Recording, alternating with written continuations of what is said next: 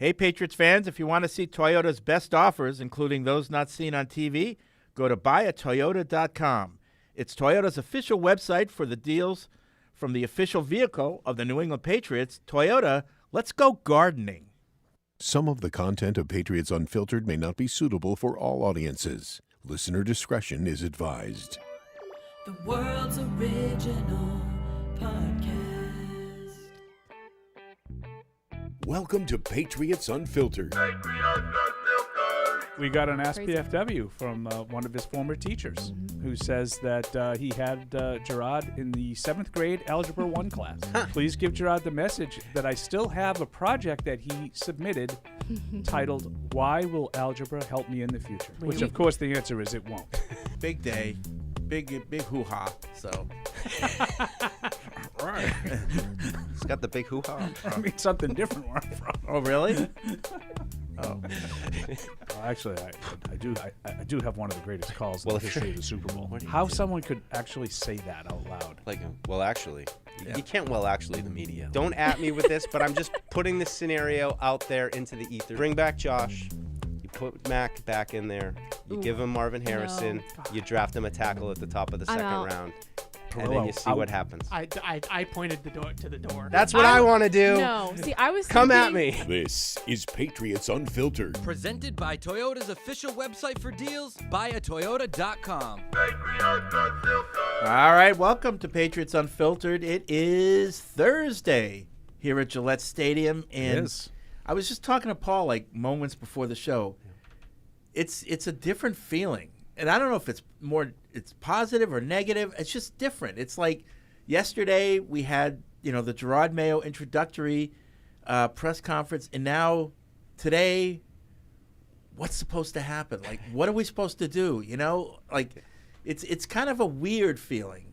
I think Bill leaving created such a vacuum, and understandably, everyone's questions is how is that vacuum going to be filled? We know who the new head coach is, but what kind of head coach is that going to be? What's his staff going to look like? Who's going to be having final say in different matters? And we don't really know the answers to that. They weren't answered yesterday, understandably. I'm sure Mayo is still filling out his staff, and he doesn't want to, tip his hand or say something before he knows it himself. So, but it's kind of a weird feeling that I have anyway. Yeah, I mean, I just feel like we're the off season. That's what, and I get what you're saying yesterday, and I definitely. But it's a little bit different off season than we've had in the last. No, 23 it was, years. and that's and that's why I think, at least from my experience the last few years, it's like you have to use this time to decompress a little bit and to refocus on what's going to happen. But I agree, like you're kind of. I almost said it. I was talking about it yesterday with my wife. It was like we spent so much time speculating about Bill being gone and what that could look like, and I used the term like into the wilderness, almost like saying the team is into the wilderness, but now I feel like we're all actually in the wilderness. Exactly. And I didn't really realize exactly. it. Like, there's nothing. And say everything you will about Bill, but there was just a certain way that everything was done, and you knew what to expect, and for better or worse, that's how it was. And now you don't know. You don't really know who to look to. You don't. And look, I'll just say, I really like Jerod Mayo, and I know that people probably have issues with how this is all going down with GM searches and OCs and all that kind of stuff. But for me, I'm at least starting from a point of I really like this guy. I think he deserves this shot that he's getting, and. I think yesterday I kind of had a feel art. He seems like a head coach now. He seems like that to me. I don't know how it's going to go, but I like the guy, and I think it's easy to kind of get behind him as he starts this process. 100%. Like, I want him to succeed for him, but I also want him to succeed for us. Yeah. Oh, yeah. Life's a lot better when you're winning. And that's where that wilderness stuff that Mike just talked about, like you don't know exactly which direction, things could go. So I agree with you. And like the off season is here. I feel like now, like what Fred's talking about, we really haven't had any days where it was like you could tell it's the off season until probably today. Yeah. Well, it's been, what's going to happen with Bill? Okay, so newsflash, but when something that big is going to happen, when it happens, that's not when you can start work. You're sort of preparing yourself for the possibility that a change was coming. So you had a lot of work to do in that regard. Then it happens, and you have to sort of get it all out there and express how you feel about it. Then you find out that they're naming Jerod Mayo the next day. Like, there have been no off days in the off season, I think, until today. No chance, like you said, Deuce, to decompress. Yeah. You know, we're compressed. Yeah, well, and it's a whole new set of things that, you know, I mean, just even as simple as, you know, whatever we've come to believe as what they like as draft prospects. Like, does that really hold water anymore? You know, or is it going to change? You know, right? But, I mean, I think right now it's a little bit disconcerting, and you feel a little bit like you don't really, you know, have a gravity to the situation. But I assume it will begin to develop. And, you know, that was the takeaway from yesterday was, you know, this is what Mayo's doing right now, as we kind of knew. He's stepping into this role, and he's got to reevaluate every last little detail within this place. And, you know, it's I mean, I had a lot of fun listening to Felker Match yesterday, you know, dissecting everything he said. And that's, I mean, something I guess I've realized you have to be aware of in this town is that if you're going to step up there and do a media like everything you say is going to be put under a microscope. Yeah. And it certainly was yesterday for him. For, you know, some of it I agree. I mean, I didn't catch much of my shows. Yeah. Unfortunately, so I don't know exactly. I mean, I have an idea because I worked you with know them. how they work. It's all negative. I've worked, my guess is It's all terrible. My guess is they fixated on sort of some of the references to Belichick and things like that, as opposed to, you know, sort of trying to do things maybe in a little bit of a different way. Very good, Paul. It's almost like you've been going on that show for like 20 years. Because we were here doing TV here, so I didn't actually get to do my spot That's yesterday. why I was listening. I was where's my guy? You know, with the boys. But I do think there was, you know, an element of, you know, as Fred said, like kind of like that fresh, you know, start that I think we were all looking for. I think we got an element of that. You know, I even, you know, kind of silly, and it's not important, but even the venue, different venue than we're used to being in. Really impressive area of the stadium, in the atrium. So I just felt like the whole thing was a fresh start. I would admit that there was probably a little too much, you know, direct or indirect references to Belichick, kind of in a negative light for my liking. But I thought the overall message was what Mike said. You know, like this is a guy that I think he stands up there, and he's a guy that you can get behind. He's a guy you can root for, because I do think that he has maybe some different ways of looking at things, and I don't care. After 24 years, I don't care how successful. Sometimes you need some different perspectives. Yeah. Speaking of what he said, it wasn't at the press conference, but Chad in Atlanta writes in. He says, I'm sure you all heard what head coach of the New England Patriots, Jerod Mayo, said about the 3rd overall pick. He said, and this was to Steve Burton, we're going to draft the best player at the most important position.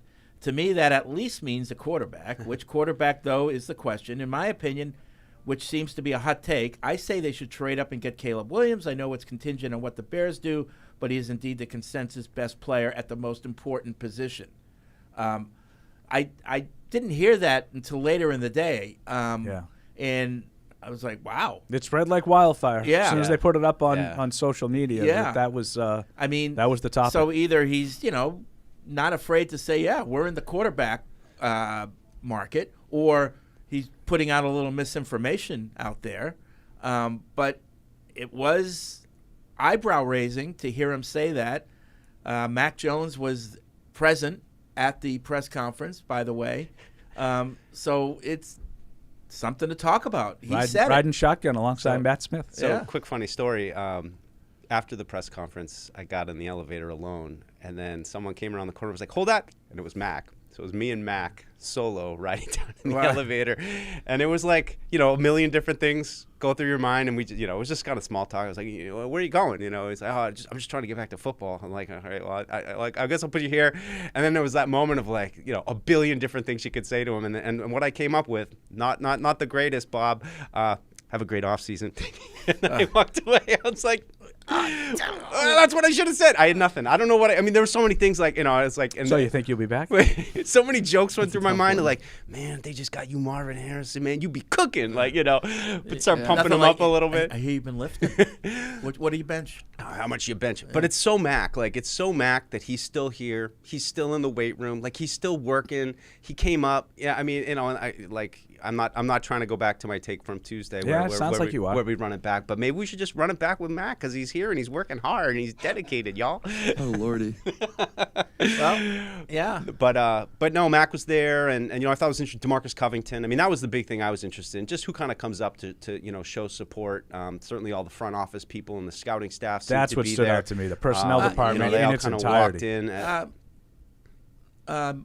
Bill O'Brien wasn't there. No Bill O'Brien. No, Just DeMarcus Covington. DeMarcus Covington was the only coach. They're all on vacation. Yeah. Well, there were a lot of staff.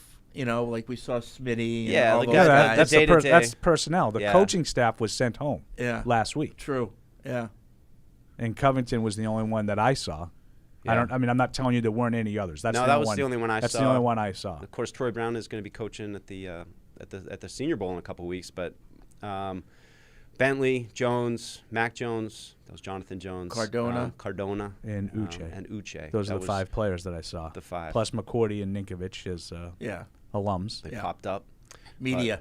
Yeah, yeah. But it was. It's funny just sitting there because you guys have.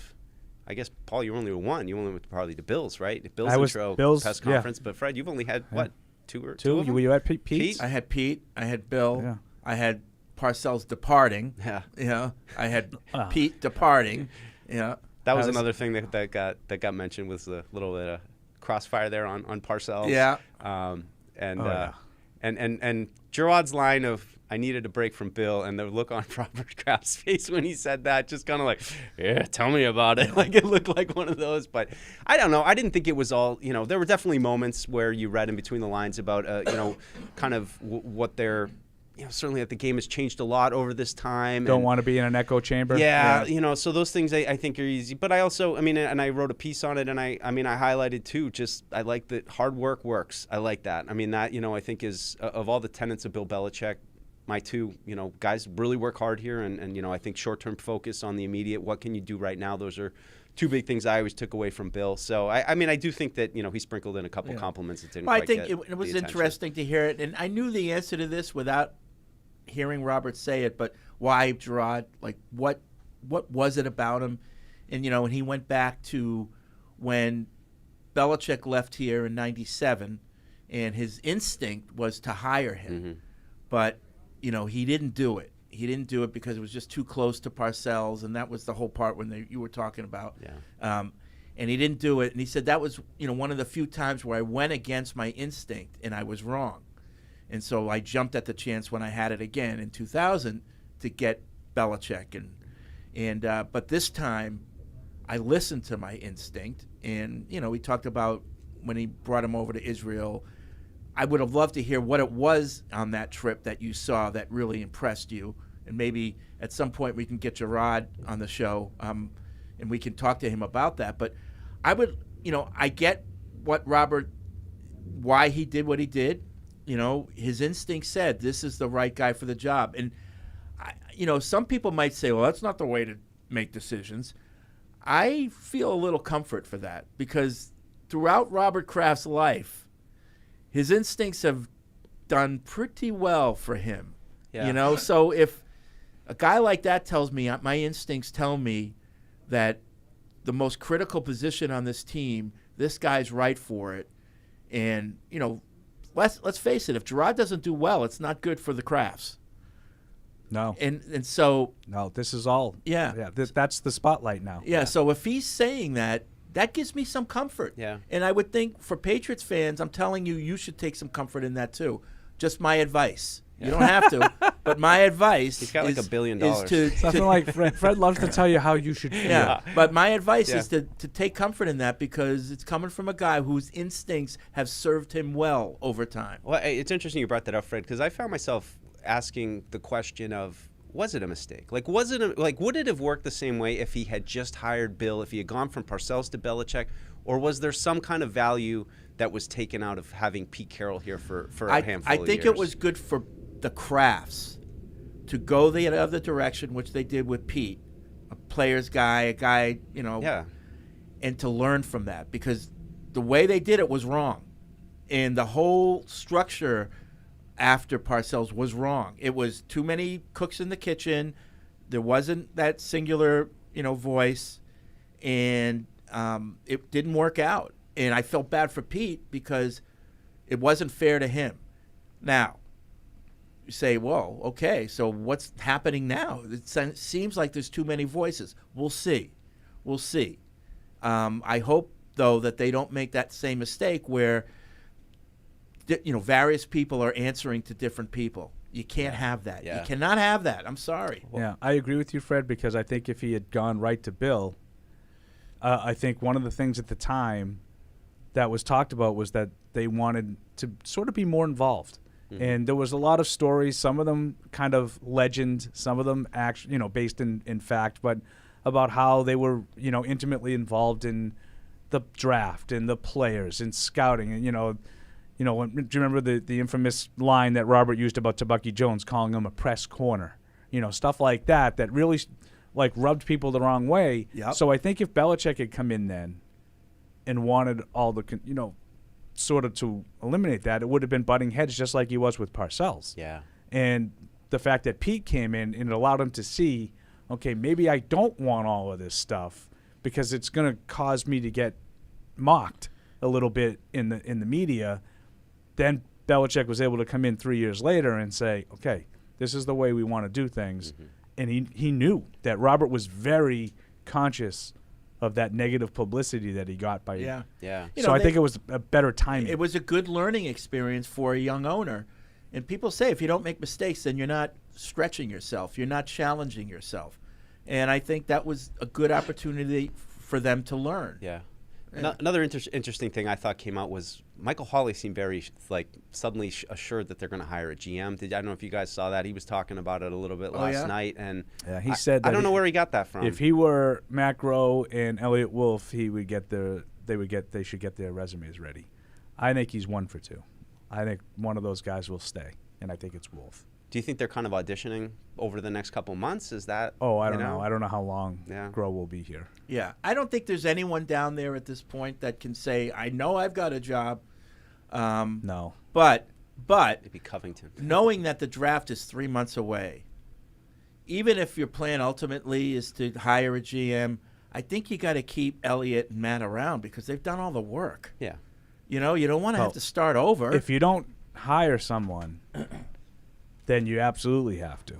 Because you can't just go with a collaborative and Jerod's going to be involved in it and whoever else is going to be involved in it, and then you don't have Matt and Elliot Wolf to sort of weigh in and all your scouts. You have to keep. But I think if you got somebody and then you wanted to sort of restructure your personnel department, I think you could do that. But, in 01, Pioli came. Yeah. But they still kept Bobby Greer. Right. It's very common for the existing structure to stay until the draft, and then they go. Yeah.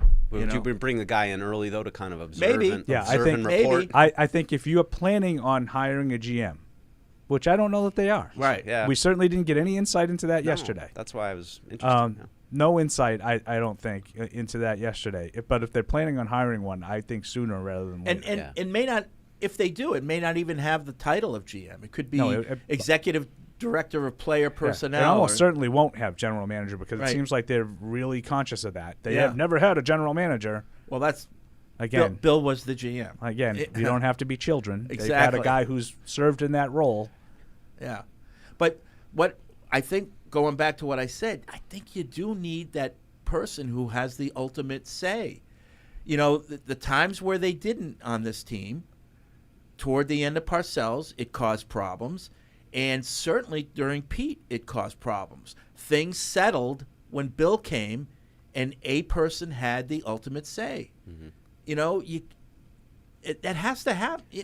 Right, and it's just history repeating itself with the same thing with Terry Glenn when, that was the draft pick. And I think they're facing a similar kind of, not crossroads, but just it's a hard decision to make when you need to turn the franchise around. You need, Jerod talked a little about the offense. What does the offense need? In a perfect world, you can draft that quarterback that you can march out there just like they did with Mac, and it was like, wow, you just felt this new energy, and this is a new team now, and this guy's going to lead us. And, it's I can see how a new group would want to make that pick and not try to come out and sell we need to draft a tackle, guys. Even with a wide receiver, it's like. But even in a collaborative environment, which is good, at the end of the day, there's no way you can always agree 100% on everything. Right. At some point, somebody's got to make the decision. Right. Even in the stupid things like we do. I try to be as collaborative as possible, include people, but there's some times where I just have to say, okay, this is what we're going to do. Yeah, right. Says it to me all the time. The decider. You got to have the very, decider, very right? No, Fred's right. Yeah. Like, what happens if? Okay, so we'll go back to Jerod's sort of, comment to Steve Burton, which may or may not have been 100% serious. So let's just say that, okay, we're all in agreement, right? We got to take a quarterback. Well, what if Jerod likes Jaden Daniels and, Elliott Wolf likes Drake May? Or what if someone else comes in? What if Matt Groh comes in and says, you know what? Neither one of these two guys is the answer. We need to do everything we can to trade up and get Caleb Williams. Who makes the final call as to what you're going to do? Right. Not to mention all the personal angles that everyone's going to have for Elliott Wolf might be making this pick to get the job. Jerod needs long-term success. He needs to put, that. And I also can't help but look at it through Jerod's a defense guy. Is he really going to draft an offensive lineman? It's just like as a defense, offensive lineman. I don't know. It's just all those kind of bias and experience that you have when the game comes into play. It's gonna be tough. I just found it hard to be like, does Jerod have any clue who they're going to pick at this point? I don't know. Part of me wonders if he got a little bit over his skis on that one, and it was kind of a lesson of you can't really play coy with this because everyone's going to read into it what they want to. And like I said, everything's dissected. You got to be careful. I'm going to say, and you guys are going to laugh at me and say, what the hell is he talking about?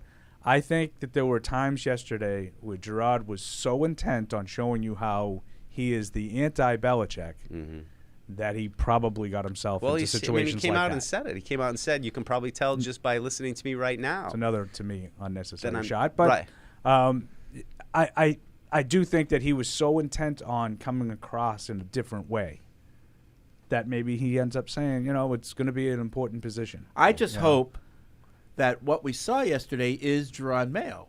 In other words, that's who he is, and he's not putting on a show. I think no one. I know what you mean. No one succeeds if they're not true to themselves. Right. Yeah. Players can see through that in an instant. They know when you're BSing them. They know when you're putting on a show. Yeah. They know when Matt Patricia comes in and wants to be Mr. Tough Guy in Detroit. Exactly. And guys aren't buying it because they can tell that's not People authentic. ask me, right, what were your impressions? And that was the first. Really, my only takeaway is that he was intent on showing everybody that he is not going to fall into the trap that McDaniels did, that Mangini did, that, as Fred just alluded to, Matt Patricia did. He's not going to try to be Bill. He's not going to replicate. He's not going to try to replicate how Bill did everything. But and that was painfully obvious yesterday. But I'm also saying if that is your tendency, then you should lean into that. Don't worry about being a disciplinarian if that's who you truly are, because, right. That's what your point about. I hope that's he's not trying to put on a show. Because it's no good if you're like Mr. Players Coach and then you're 1-4 and all of a sudden you turn into Sergeant whatever.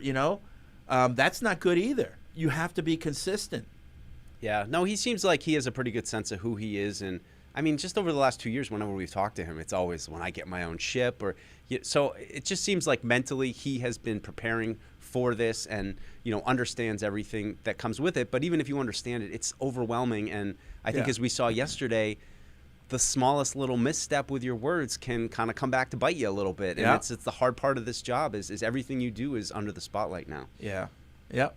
And, I hope that, if he's getting feedback, you shouldn't have said that, that doesn't discourage him, and that all of a sudden now he's clamming up. Just do it in a more thoughtful way. Yeah. Parcells always said, "I'm in the business of getting information, not giving it," and that should hold true for every coach. Yeah. But there's a way to, give information without giving information and still being friendly. Yeah. Yeah. But, so we'll see. It's a whole new world. There's a million reasons why we're all rooting for it to work, but to me, as big as any is just to show that you don't have to do it the other way. Right. Yeah. There's different ways to do it. Right. You don't have to be, secretive with absolutely everything that you have.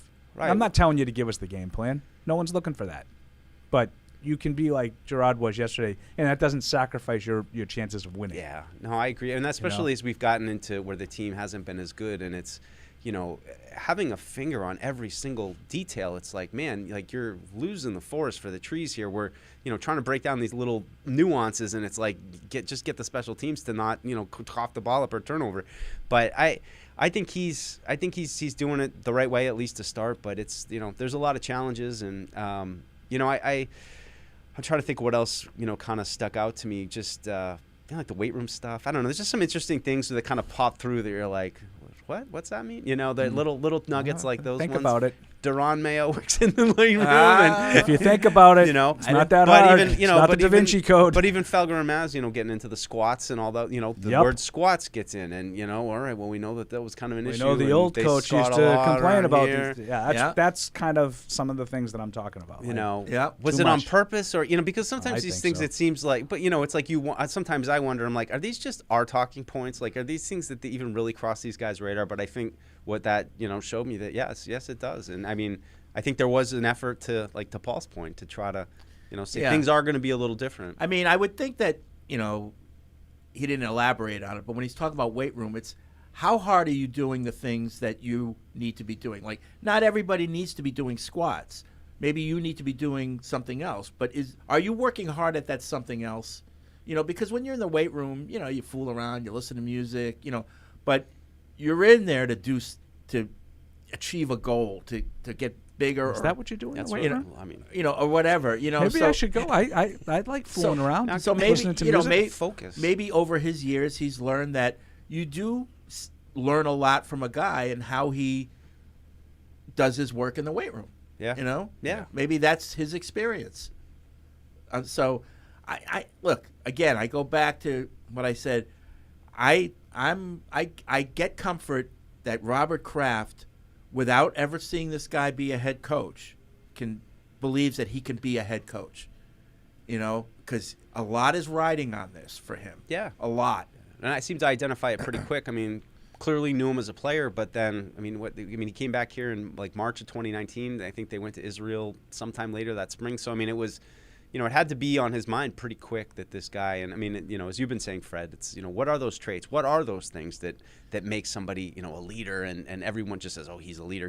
What, what is it? Right. I think Evan's back in the back room trying to dial down on that with some of his old teammates. So maybe he'll have an answer. Yep. All right, 855-PATS-500 is the Ace Ticket Hotline. Web radio at patriots.com is the email address. Other news, Bill. The Cowboys have officially said that they're not getting rid of their coach. Doesn't look like the Eagles are either, because Sirianni is doing interviews for coaches. I'd hold off on that one. Oh, yeah? Yeah. Okay. Wow. All right. They did that with Doug Peterson. Oh, is that right? Oh, and then they didn't get the answers they were looking for, and then they fired him. Right. So we'll see. Maybe Sirianni has the right answers. Maybe. Yeah. But I still think that Atlanta's the best option. Well, for he had another interview. Second right? interview he had a reported second today, interview, so. right? Yeah. I think for Bill, there's the most upside with the least downside. If you go to Dallas and you don't do better than what they've been doing, then are you really that good? And even if you do but if if you go to Atlanta and you make the playoffs, oh my God, you're the best. If you go to Dallas and you do really well, there will be naysayers that say, well, yeah, you needed to go and get the ready-made team. Right. That you just you're a better coach than Mike McCarthy, so you put him over the top. Mm-hmm. And no one would argue that he's not a vastly superior coach to Mike McCarthy. Yeah. Except for now all Patriots fans. But you know what I'm saying. I'm just so interested to see what he installs, and is it the full Bill Belichick regime, this is how everything's going to be from the top to the very bottom? Or is it going to be, I was reading a little bit about Atlanta's GM front office structure and how they have decision-making. Is it almost, we talked about there's no way it was going to happen here. You were going to take personal away from him. But it's almost like, wouldn't he love to just focus on coaching the team? Don't, have to worry about everything. I wonder where he's at. Or I think there's a chance that he looks at that way and says, yeah, I need a say, but I don't have to have the say. And, just give me control of the team. Yeah. Yeah. Whereas that wasn't going to be the same here. He's like, Bijan Robinson. Huh? He's like, yeah, there's been a lot of talk about like he could never do that here because he had it and it would be something that was taken away. Yeah. Whereas if he goes to another team, he doesn't have anything. It's all new, and so he might be willing to settle for not full control. But you know, if he stays true to himself, he knows that's the way to do it. Yeah. That any team needs that person who has final But also say. don't forget that I agree. But don't forget that he's probably, what is he looking at, a 2-year window? No, but he wants Maybe to win. 3. Yeah. No, I know. So he's going to say, I don't need that. But he's going to do it. Yeah. It's, you know what I mean? Because he believes that's the way to win. Right, but we can have, we can butt heads for a couple of years, and by the time, those really become problems, I'm ready to go. Yeah. It's my like, point. Right. It's like everyone says, Parcells went to Dallas and everything was fabulous. No, it wasn't. There was a reason he left. Oh no, it was fine. That was a short term. That was like an arranged marriage. That was all for the. But that was all for the stadium. Right. You know that, right? It wouldn't have lasted beyond that. No, but they both sides went in knowing that. Yeah. And Parcells does say it worked fine. He thinks that Bill would have been fine there, and I agree. Yeah. Because, for a short period. Exactly. Yeah. I don't think Bill could go to work for Jerry Jones for 24 years and have it work. No I way. don't think that would work. Anybody could. Do you think Big Jim's going to get an Atlanta Falcons hoodie to kind of troll the no. Patriots fans with? No, because he's Team Tom over Team Bill. Yeah. I just didn't know if that's I would call him out. You remind me. I'll call him out for you. No, I know. I know you get your feelings hurt on those things. Well, that's another thing. We'll get to the calls and emails in a minute, but the feeling that we had when Tom left versus the feeling that we have, or versus, is it versus? Versus. Yeah. Versus. Unless you're a kid. It's verse. Who are you versing? Yeah. Versus the feeling we have now with Bill leaving. Yeah. And I would say with Tom leaving, we were much more sensitive about, did he say goodbye? Yeah. Did he say he loves us? Yeah. And with Bill, not so much of that. Yeah. I would say, because he never gave us that anyway. Yeah. It's a great. He did get choked up when he talked about the fans. No, I know he did, but I'm just talking about fans like, is he gonna say goodbye to us? Is he gonna do this? But that's my point. Is Bill did do that. Yeah. That's the part that he got emotional on. Yeah. I don't know. I feel a lot different about this one. Like I'm kind of like Evan was. Like just the sight of Brady in a Tampa uniform. It just Will you have the same feeling if you see Bill in Atlanta? I don't think I will. I don't think so either. What was worse for you, seeing Brady in the Tampa uniform, or seeing him in a Patriots uniform? Which one bothered you more? Because he hates him anyway. Yeah. Good Paul. Good Paul. Did I ruin it by having my Peter Brady? A little bit. Distracted, yeah. You walked on your own joke. But I don't think people will be that upset seeing him in a Falcons. Now, if he wins a Super Bowl, that could be a different story. But just seeing him on the sideline and winning games, I don't think people will have the reaction that they did with Brady. I don't know. I don't feel the emotional investment of it. I don't know what it is at this point. I kind of I'm more curious. I'm more curious than anything. Yeah. Of just to see what it looks like somewhere else with him. Oh, yeah. I'm curious. Tom was Tom. Tom's going to go down there. He's going to be Tom. He's going to do Tom things. I'm with Mike. But Bill, does it completely not work? I don't know. Brady's first game, and I remember I want to say it was New Orleans, but I remember really looking forward to that first game. I wanted to see what it looked like. I wanted to see if he could still play. And, those games, you remember that first year that they lined it up so they were double headers every week. Mm-hmm. It was Patriots and then Bucks almost every week, and we were glued to the red zone. I don't have that for Bill. And I don't know if it's just because it's a coach. All right, he's just standing there on the sideline. And you don't have the same, but I'll be keeping track of whether or not he wins. I'm not going to say I don't care. Yeah. But I don't really care. I don't. Yeah. It's not as important to me. Does this team buy into what he's selling? I mean, are they still, to their special? I'd like to see. The things that I'm interested in is, does he try to play the same way? Bijan Robinson. All right. Well, no. For him, it would be no. Bijan Robinson, you're too talented. You go sit over there. Algier, you go sit over there. Cordero Patterson, right. You're going to be my jack of all trades because you play on all four downs. You're going to get the majority of the time.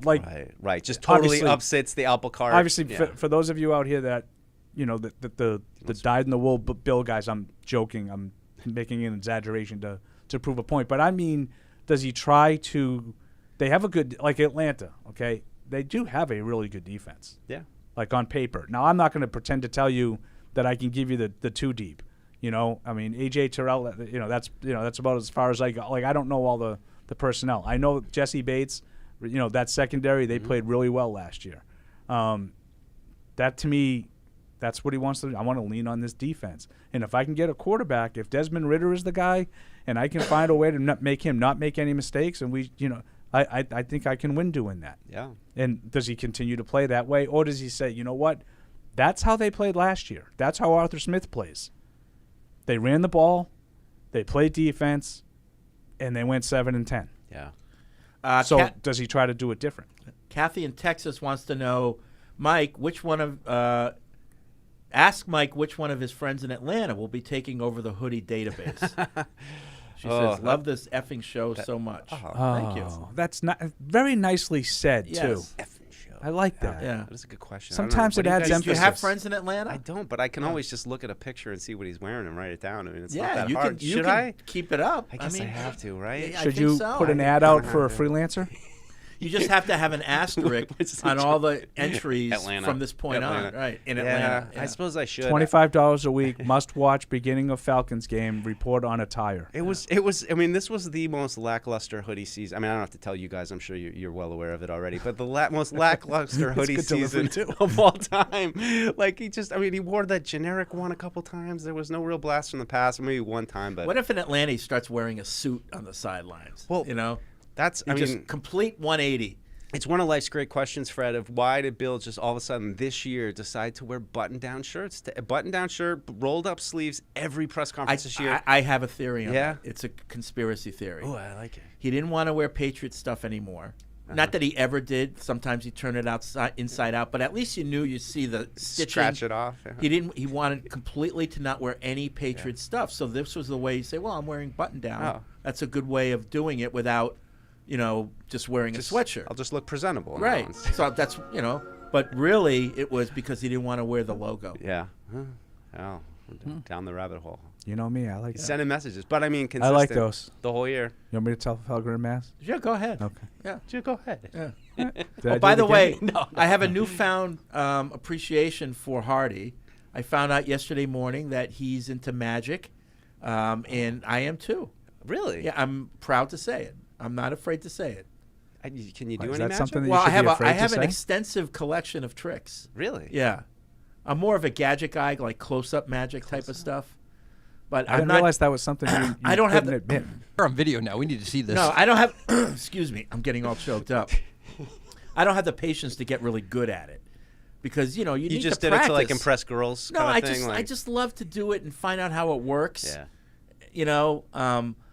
But I've never had any designs to I'm gonna Did you get have- an act together. You didn't have a magician name picked out yet for. Well, it was Jake Steele back then too. Yeah, but no, I've always loved magic tricks and little gadgets and stuff like that. And Hardy used to be a magician's assistant. He was on the road You got with like sawed in half two and women. stuff? They toured all over, and he was their Oh, lucky stage him. Yeah. Really? Yeah. Oh man, we're never gonna get to ask him about this. I'm never Yeah. gonna see him again. Yeah. Magic Castle in L.A. That's a popular spot. Oh, yeah. Secret kind of.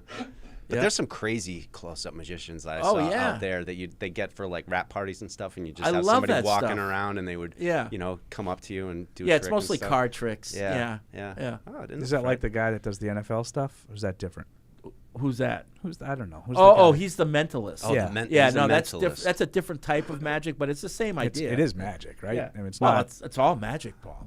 Okay. I don't know what it is, but Yeah. he comes to a lot of those NFL teams, and it's like, what's That's your what I'm pin? talking about. Like, what's your phone? Like, what's your ATM pin? Just don't tell me. Just Yeah, think about there's it. like 795. like everything comes under the umbrella of magic, but then there's close-up magic, there's mentalist magic, there's illusionist where you get the big stage production. Right.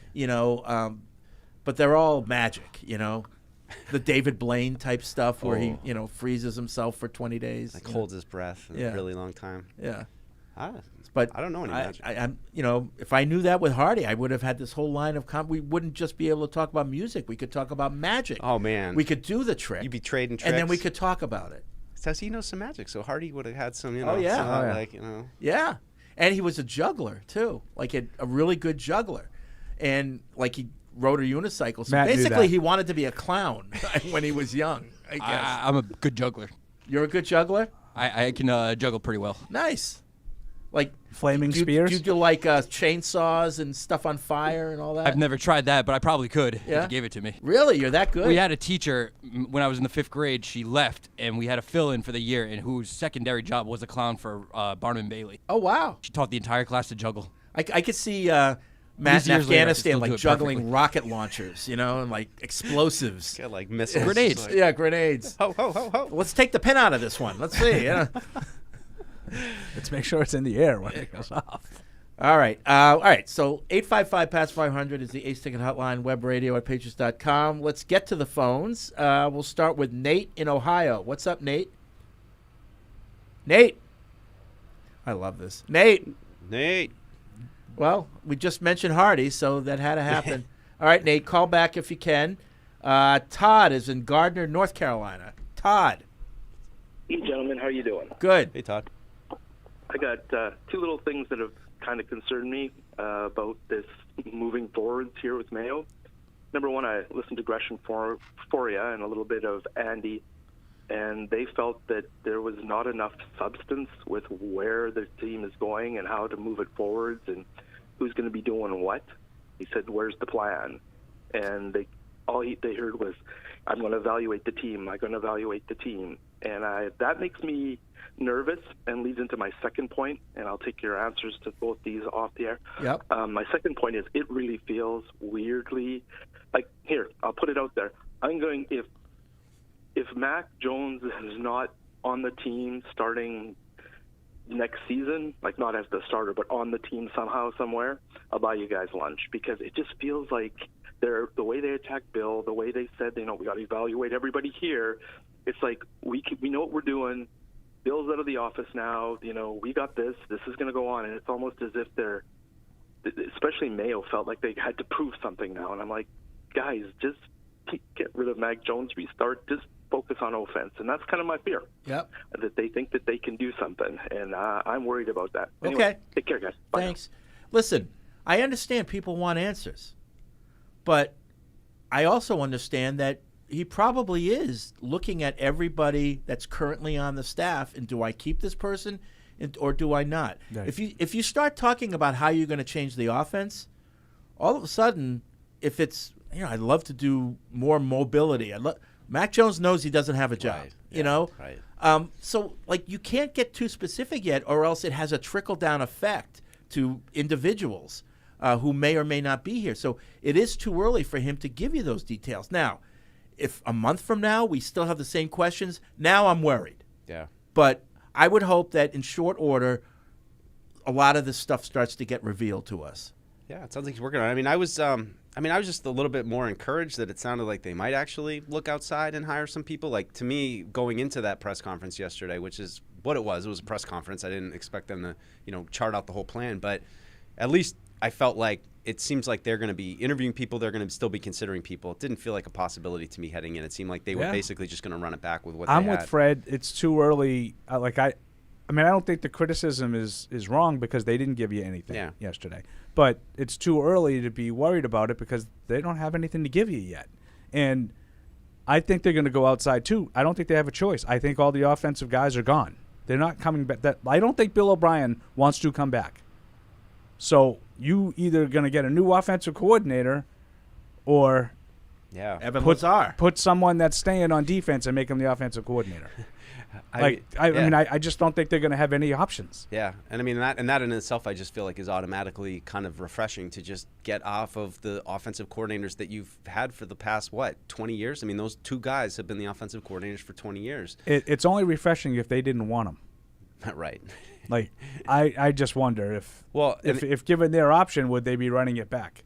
That's to Todd's second point about Mac Jones. Yeah, and that would concern me. I mean, another part of it too was Troy Brown being named offensive coordinator of the Senior Bowl. Like, does that say anything about his job status right now? I mean, it seems like he would be a person who'd be at the forefront of some of these decisions that have to be made. And on one hand, Troy, he was head coach last year at the Shrine Bowl. He's an offensive coordinator for the Senior Bowl. I mean, it shows that the league is taking notice of him. Not entirely sure why, but we'll see how his Senior Bowl seems. I thought that was interesting yesterday, and I wonder how that's going to play out. Let's go to Jay in Minnesota. What's up, Jay? Hello, guys. Second time calling in. I had a couple questions. I had seen that Julian Edelman was talking about the top 5 Pats teams of all time. Yeah. And I think his list was number 5, 01, and then 04, 07, 16, and then 14. I kind of agree. I would like to see your thoughts on that. And then to my actual question, how aggressive do you think that Jerod Mayo would be in the draft? Do you see him trading? Do you see him taking what comes to him in terms of quarterback and weapons, or I don't know. I feel like he might be aggressive. I don't know either. I have no idea. I don't know. Like, there's nothing to go I have off no indicator about whether he's a trade up guy, a stay put guy, a trade down guy. I don't know. Would you like to see him take the people that come to him? Like, if it ends up being Caleb Williams and then Drake May, do you want to take Jaden Daniels, or no? I maybe back off. Tell me who's available. Tell me, let me see their board. You know, it's so, when you talk about that with the draft, there's no, they should always stay put, or they should always be aggressive. Yeah, it really depends on your scouting. It's hard at 3, right? Because you know the 3 guys that you're dealing with, so it's the one you like the best. I would like Caleb Williams the best out of those 3, so yeah, I'd be interested in trading, but at what cost? Like, it's never just in a vacuum. Yeah. So it's, and then you don't want to have a bad draft, right on his first year. Right. And then my last question, and I'll take it off air, is what do you think the expectations are in your eyes, and then from Robert Kraft? Do you just want to see a better season than last year and a little progression, or do you think that Robert is expecting, a whole new overhaul and maybe even making the playoffs? Yeah, I think. No, I don't think he's expecting the latter. Yeah, I don't think it's fair to expect that anyway. But personally, I want to see a team that's playing together, not making the mistakes that they made last year. You're upgrading your personnel. You're in the right direction. Yeah. And hopefully you got a quarterback of the future. More young guys with promise and a plan on offense. Yeah, talent in place. I don't care what the record is. Honest to God. Yeah, I don't care I what didn't mention the record. Yeah. I agree. Although I'd rather not be 4-13. No, and they probably won't be. Yeah. But it doesn't mean they're any better. No. Like, the example I used when we were talking about this with somebody yesterday, like someone goes, well, they're going to go 6-11. And I go, okay, well, are they going to be any better? And he goes, well, yeah. I go, all right, so let's just say that the season unfolded and you beat the Colts and you beat the Giants. Were you any better? Right. Like those 2 games, you lost 10-6 and 10-7. Right. Like, so obviously one play could have won both games. I wouldn't feel any better about anything that I saw. Would you? Right. No. Yeah. And that's what I think. Just we could put all names to the claims and that. They need to rebuild, and it's not a 1-year plug the number 3 pick into this team and they're going back to the playoffs. It's they have to be measured and they have to hit on these draft picks. But this is the mistake that people make, particularly when you're talking about football. Wiggy was on this morning. And he made a mistake? What? And he was making the case, that they moved too fast on Bill, getting rid of him. That he, over the last 4 years, he's only 2 of them have been bad. Because, the COVID year was the COVID year. I heard throw that out. COVID year doesn't count. And then, of course, the first year they drafted Mac, that was a good year. But you have to take everything in context. The second half of that year was not good. They went in the wrong direction. And then there were a lot of things besides record that added up to Bill leaving. And you have to take it all into consideration. And Wiggy was not doing it. He's just simply going by the record. And that's to Paul's point. If they're 6-11 next year and everything's a mess, that's not better. Like if you still have no offense, but you find a way to win a couple more games because the ball bounced differently. Right. That doesn't make you feel can't any go good. by the record when you're judging but if a you football have, team. If you have some, like Mike made the point about the draft class, if you have some young guys playing prominent roles, like more so than like Gonzalez was, if you had like 2 or 3 young guys like Gonzalez, like I'm not talking about Keon White. Mm-hmm. You know what I mean? Like I'm not that Keon White was a bad pick, but he's fine. He didn't. Yeah, he was just there. He was out there. Yeah. Like if you have guys playing prominent roles and playing well, and your offense is showing signs of evolving and being more productive and more consistent, those would be positive signs, regardless of what the record. That was the thing with Gonzalez to me, is like you just knew instantly when you like this kid moves different than everybody else. Like you could just tell. And there haven't been a lot of those guys. I mean, to Wiki's point, and it sounds stupid because they went to the Super Bowl in 17 and 18, but I would say that this has been a team in kind of decline since 2016 when they won that Super Bowl against Atlanta. And the pieces, and credit to Tom Brady and, Bill's coaching to keep it together, but it feels like they've been kind of bleeding talent since that point, and they haven't really been able to put a stop to it. So let's go back on the original call. Rank give me your top five. Yeah. All right. So now top 5 teams. This is of the dynasty, because we're not going to go back to. Yeah. I mean, I'd probably just bump 78. I'd bump 01 off. For 2003, because I think that was a team that was I would agree really special. 3 was probably number 5. Yeah, I think 14 was 14 might be my number 1 team by 2004. Well, that's what Edelman said. Didn't he say that 14? Well, was he the had best? his 2 teams. He's he had also 16 a little and biased. 14. Right. Yeah, he had 16 and 14. I up at the don't top. put 16 anywhere near there, and I would put 4 ahead. I would put 7 ahead, but then 14 would be in there. Yeah, but obviously everybody has different things that they love. Yeah, I think in terms of and again, teams in their era, like the 07 team was kind of ahead of their time in terms of pinball, but I would say 7, 3, 4, 14, and then 01. You would put 3 ahead of 4, or this is no particular order? No, I'm sorry. 4 ahead of 3. Okay. Yeah, so 4 to me is 7, 3, 4, 14, and then I don't know what. 4 to me was as close to a perfect team. Well, that's what I mean. They had no weakness. Right. But I'm not sure this year if 04 would have the same success. Oh no, that's different. That's what I mean. Right. You have to take I'm it judging it based in the on context of that year. Yeah, I agree. Yeah. Sure. Yeah. I think I wouldn't want to be lining up with 260 I think pound 07 I think 07 today would still be good. I mean, their defense would struggle. Yeah, their defense struggled then. Slow zone defense. Yeah, if everybody was playing the way they play now, that defense would have been exposed. Okay, all right, maybe. Yeah, like Ellis Hobbs. Yeah. Evan, you want to weigh Evan's in on returned that? from the other studio. Yeah. Yes. Yeah, I was just. What were you just extended Catch-22? They didn't get through it all. We're not done yet. Catch-22 after dark. Right. Yeah, it's Alex's 7th round sleepers coming on. The Catch-22 wrap-up show. What do they call it? Felger does the after show. The after show on Facebook Live. Right. That's what.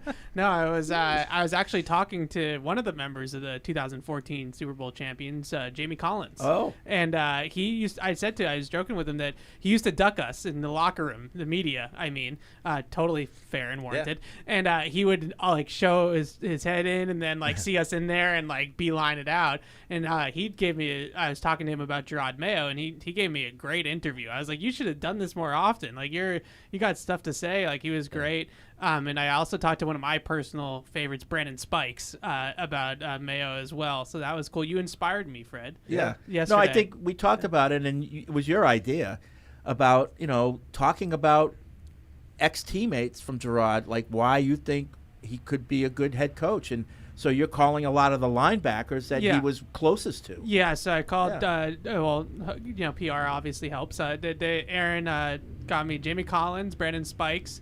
We're working on Hightower. That's the golden goose, right? So we're trying to track him down. And I spoke to Rob Ninkovich, was at the press conference yesterday. So I spoke to him a little bit. So that'll be good. Looking forward to that. Yeah, and Jamie Collins had a great story. He said that Jerod used to call meetings, players only meetings, after all of the meetings were already done for the day. And Jerod would run the clicker, and they'd watch film together of the next opponent. And he was Jerod would be in there, and he'd run the clicker, and we'd all be like, oh, why do we want to go home? Why do we have hence to do the nickname Little Bill? Yeah, why do we have to do this? But Jamie said that then we get out on the field on Sundays, and stuff that we talked about with Jerod would come up in the game, and I would be like, this is why we do it. And Brandon Spikes mentioned just that when he was at Florida, actually, that Urban Meyer at Florida would circle Jerod Mayo at Tennessee and say,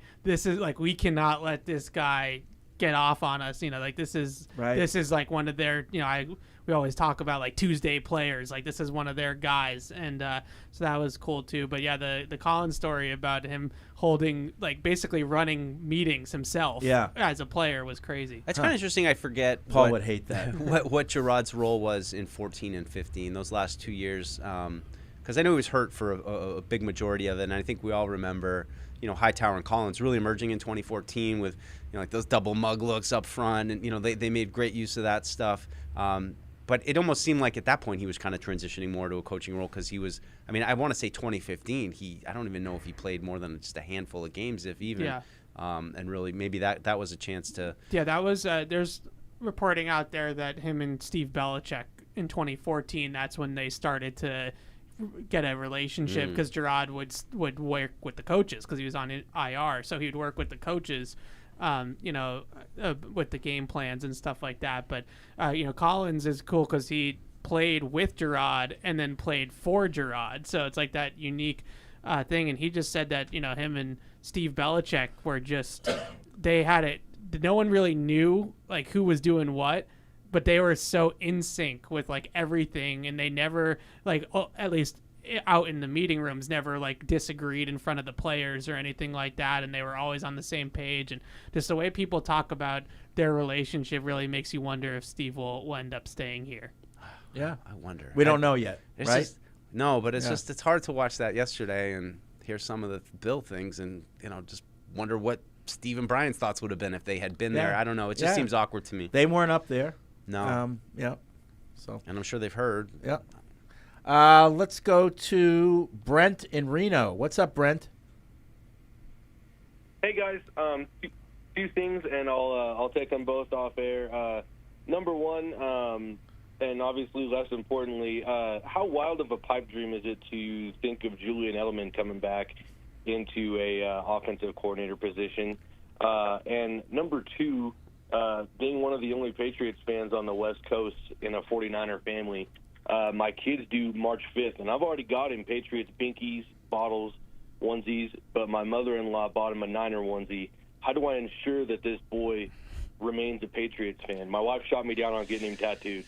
But anyways, I'll take it off. You raise him right. Okay. You raise him right. It's going to be tough. It's going to be tough if the 49ers win the Super Bowl because then you got all the hype and First everybody of all, loves those teams. Ruin the onesie in the wash. Like, do something, put some bleach in it, and just, like, destroy it so we can't wear it. We got that with Lakers Also might stuff. get you out of having to do laundry in the future. Right. Yeah, my kids, we got a lot of Lakers stuff from, like, L.A. families. And so that, sorry.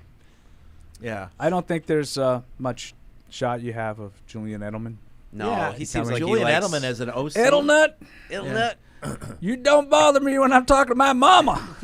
Those have been great. I got to listen to the whole Brady one with Moss talking about all the crazy times with those guys. I mean, that podcast the must be Edelman loaded. impersonation of Moss is like perfect. That's just gold. Yeah, he I think he likes his job too much in the media. I think he's having way too much fun with that. And has he given any indicators like, someday I'd like to coach? I think Evan's got it. I don't think anybody wants that. He looks like he's enjoying life. Oh, yeah. You see him like laying on that couch when he's doing the podcast, by the way? He loves it. I wonder if the caller, maybe he got Wes Welker and Julian Edelman confused. Oh, that could be. Because Wes Welker, that could be. Miami wide receivers coach currently. He is on the OC track. Yes. Julian Edelman his name has been mentioned. Yeah. And now he's got the freedom to come back. Right? Yeah. That Mike McDaniel pedigree. Yeah. I do wonder if we will see, that Jerod's the coach, if we will see some former Patriots on the staff, though, because the two guys I spoke to were like, if he calls, I'm coming, Really? Like, oh, yeah. And Brandon Spikes is working. He's at Florida. He's working back at the alma mater. And he's, he's helping out Florida's program, trying to get them back, to where they were when he was there and things like that. And so, is he still on the internet? I asked Evan about that yesterday. I'm sure you know. I'm gonna plead the fifth. You want his OnlyFans account? You get a license for that thing? Yeah, that was a great moment in PFW and Progress history. Oh yeah. Oh, you guys discovered the. I go, who does a Google search of Brandon Spikes' junk? And Frank goes, I have seen it.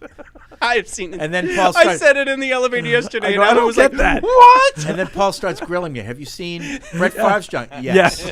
Have you seen so-and-so? Yes. I go and I just go, I don't get that. I have no desire to see I it. said it's research. You guys should have heard what Deuce said yesterday. I'm not going to That was repeat good. it. It's not for the air. It was good. It was good. Prime- Out of nowhere. Prime Deuce? Oh, out of nowhere. Out of Completely nowhere, me unexpected. and Neil Perry almost fell on the ground.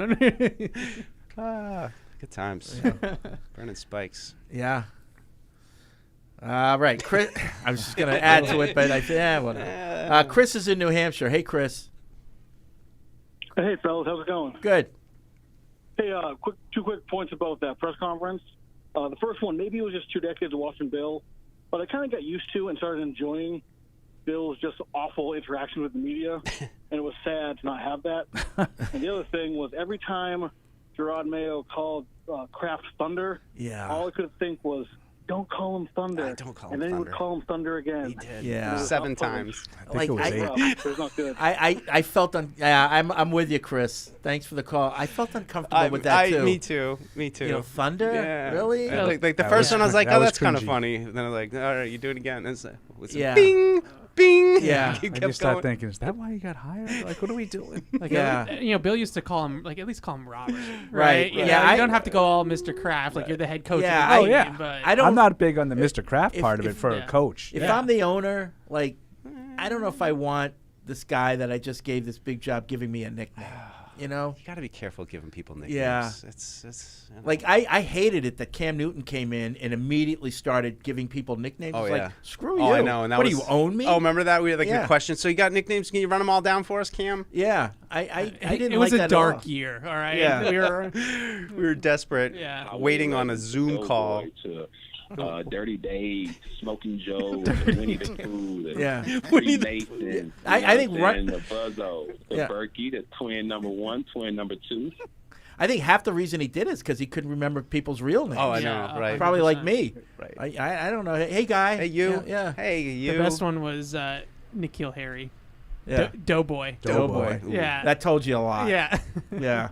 Or it didn't. I mean. And then, you know, what is Mac Jones' middle name? Oh, McClellan. everybody knows. Yeah. McClellan. No. No, you guys don't even know this. His middle name is actually McClellan. McClellan. It's It's not. Scam Newton with the $. Let's go to Scott and Wellesley. Hey, Scott. Boo. Hey, guys. I'm enjoying the show. I just had a couple quick questions about the press conference. Yep. First of all, you know, the report that Bedard had a few weeks back that people said that Mayo would rub people the wrong way in the building. You know, in light of that, it made me feel like a lot of the comments that Mayo were making were small digs at Bill, and I wondered if you guys got that impression. And then my second question essentially was when Kraft talked about how he was thinking about hiring Belichick in '96, but he had such a bad relationship with Parcells that he didn't know if he could trust Bill. If that's the case, and given, you know, obviously all the leaks have been going from the Krafts towards Bill now, how would he feel about keeping the Belichick kids around? You know, does he still trust, given it seems like there aren't good feelings going towards Bill from him or either his coach? And by the last thing was, I couldn't stand the Thunder thing either. It killed me every time he said it. But, Yeah. No, I think that's universal. Yeah, it's good questions. And I guess you'll take it off the air because I'm just Because dropped you. Fred dumped you. No, in terms of the kids, listen, they have a career in front of them.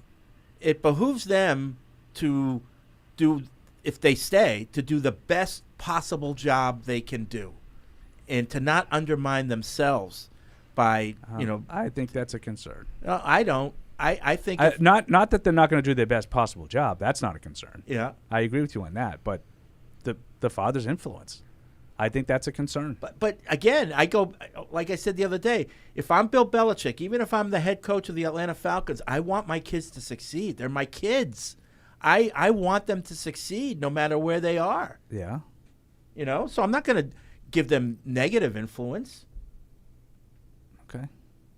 That's just my feeling. Like, just putting myself in a father's role, you know? Like, I'm talking about the kids. No, I know, but like if they hear things that they don't like. About Bill? Yeah. Like Mike just, alluded to it. I would imagine that after yesterday, there's going to be an organizational effort down there in football to move on from Bill Belichick. Like, we're not talking about Bill anymore. It's a new regime. It's easy to say. I know, but I would imagine that they're going to make every effort to move forward now. Yeah, certainly public facing. Yeah. But I mean, I think like Paul's concern and mine too is that things used to be like this around here, but this isn't how it's going to be. Like anything in that vein, is which was kinda basically like, the entirety of the 40 minutes. No, I yesterday. know, but I think after yesterday, that's it. And I think the message to me, anyway, the message it says to me, if Steve and Brian stay, is they're good coaches, and I don't care who your daddy is. If you're a good coach, we want you. Yeah. You know, and to me, that's a good message to the rest of the staff.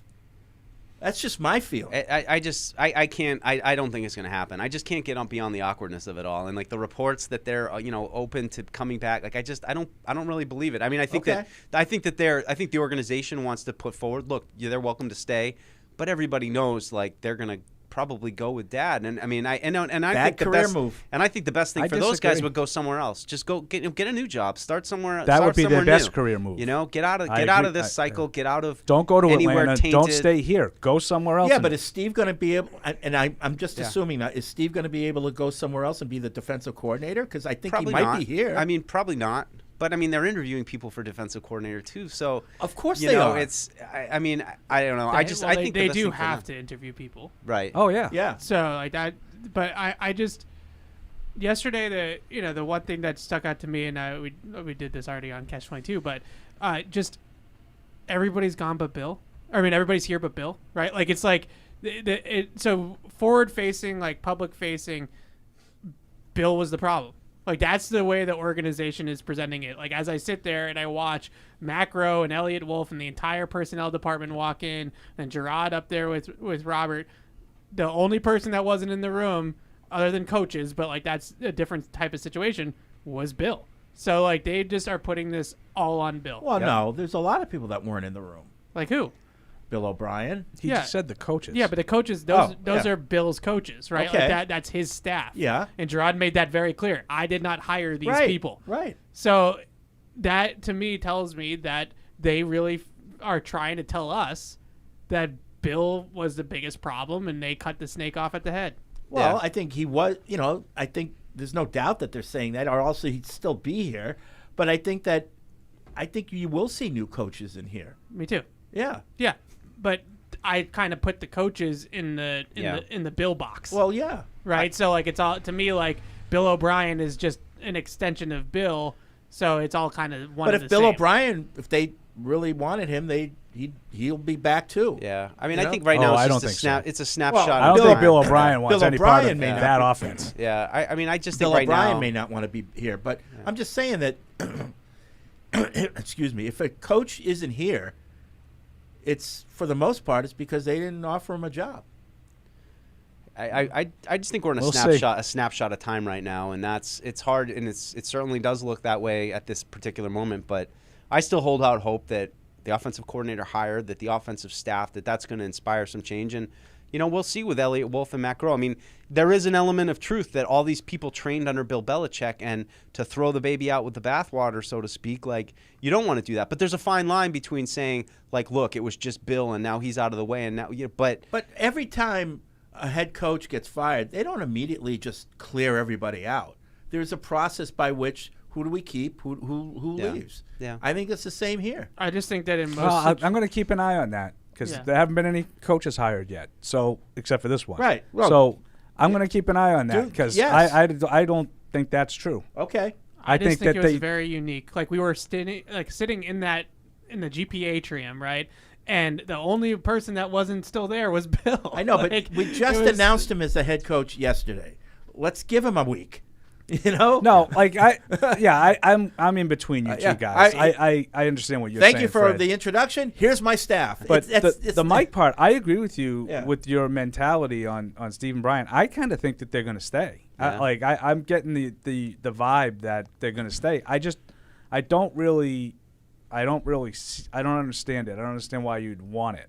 And I think that you can make coaches. Yeah, I know that there are other good coaches. They're not the only two good coaches on the planet. Okay. And if they were such good coaches, but if you know who it is, like Yeah. Like Evan says, they have to interview for all these jobs, and they will. If they're going to appoint Yeah. an actual defensive They have coordinator to- by title, then they the have- Rooney Oh, rule- yeah, yeah. No, that's Yeah. different. The Right. defensive coordinator, and he said that was probably the strongest thing that he said yesterday is, I do believe in titles. I loved that. Yeah. That was one of the things. And I think that there's no question that there will be a defensive coordinator. You know what I liked about it, though, is that it acknowledged what Bill was trying to do by not getting titles, but without getting into the over-the-top ridiculousness of no one gets to know.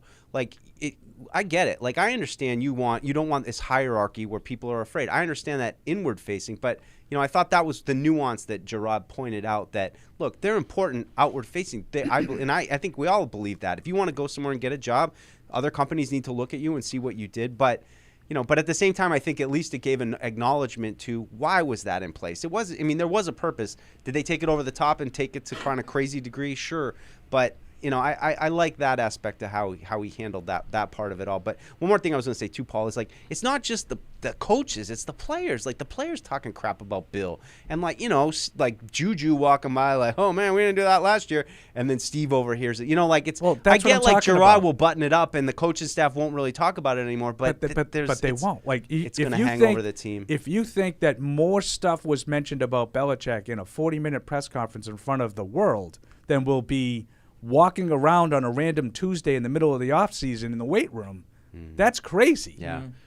Yeah. His name is going to come up way more behind closed doors than it did yesterday. There's definitely value in just as much as you can with promoting somebody from within, starting from scratch to clean out all of this. And I think one of the things that he said was that we have to rebuild relationships, which I thought was really interesting because I think that goes back to like the Bedard report that the caller was talking about. He knows that there are people that aren't on his side that are in this building, and he needs to figure out who those people are. I'm not necessarily saying that is Steve and Brian, but it obviously looked like it would be Steve and Brian.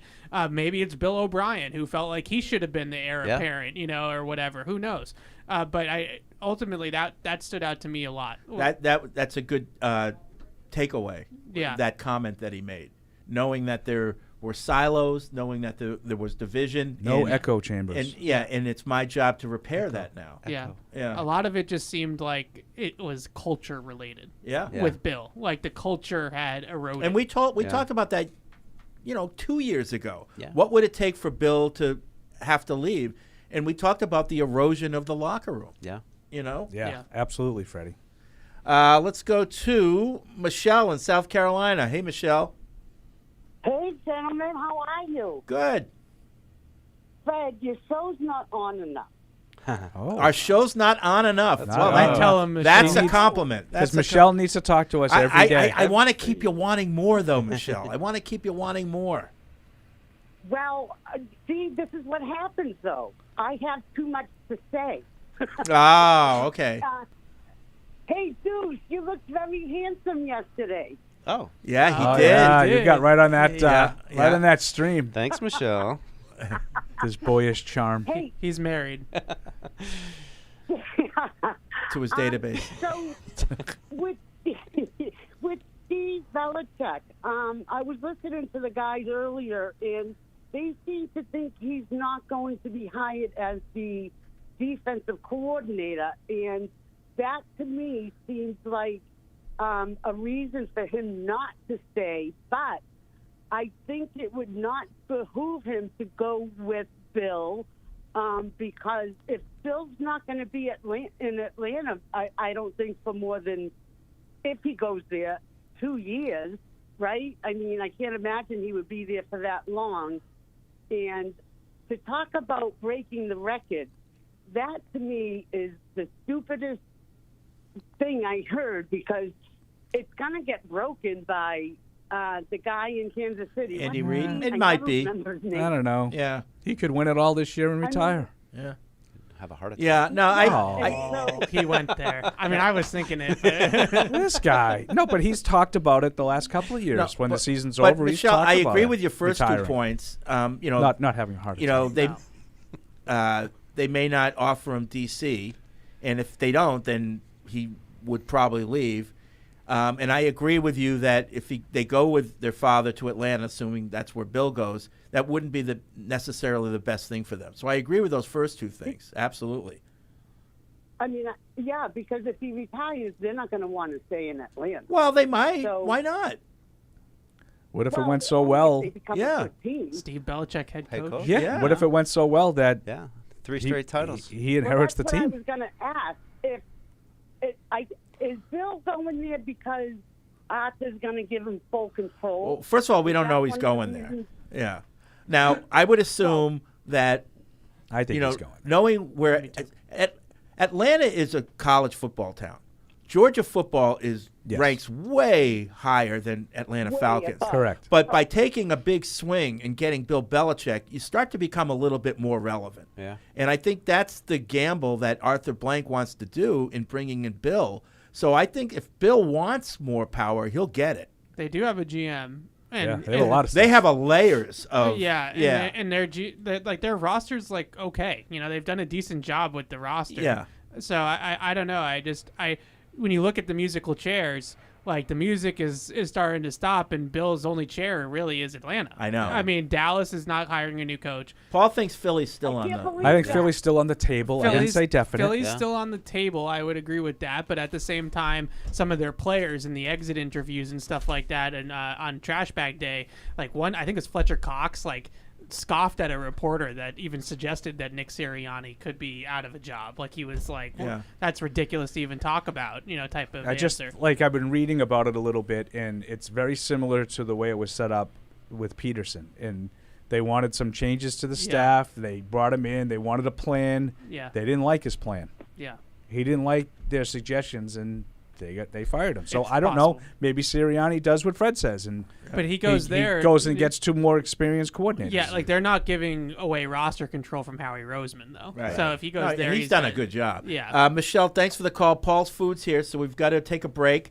When we come back, more calls and emails on Patriots Unfiltered. Get in on the action with DraftKings, the official daily fantasy partner of the New England Patriots. New customers can download the DraftKings app now and play free for millions in prizes using code PATS. That's code PATS only at DraftKings. Minimum $5 deposit required. Eligibility restrictions apply. See DraftKings.com for details. iPhone 15 Pro on Verizon. This holiday, trade in any iPhone in any condition for the new iPhone 15 Pro with titanium, Apple TV 4K, and 6 months of Apple One. All on us with Unlimited Ultimate. Go to your local Verizon store now. 6 months of Apple One, then $10 per month. $999.99 device payment or full retail purchase with new smartphone line on Unlimited Ultimate plan required. Less $1,000 trade-in/promo credit applied over 36 months. Promo credit ends if eligibility requirements are no longer met. 0% APR. Apple TV 4K and Apple One offers require eligible phone purchase with activation on Unlimited Ultimate. Additional terms and conditions apply. Visit Verizon.com for details.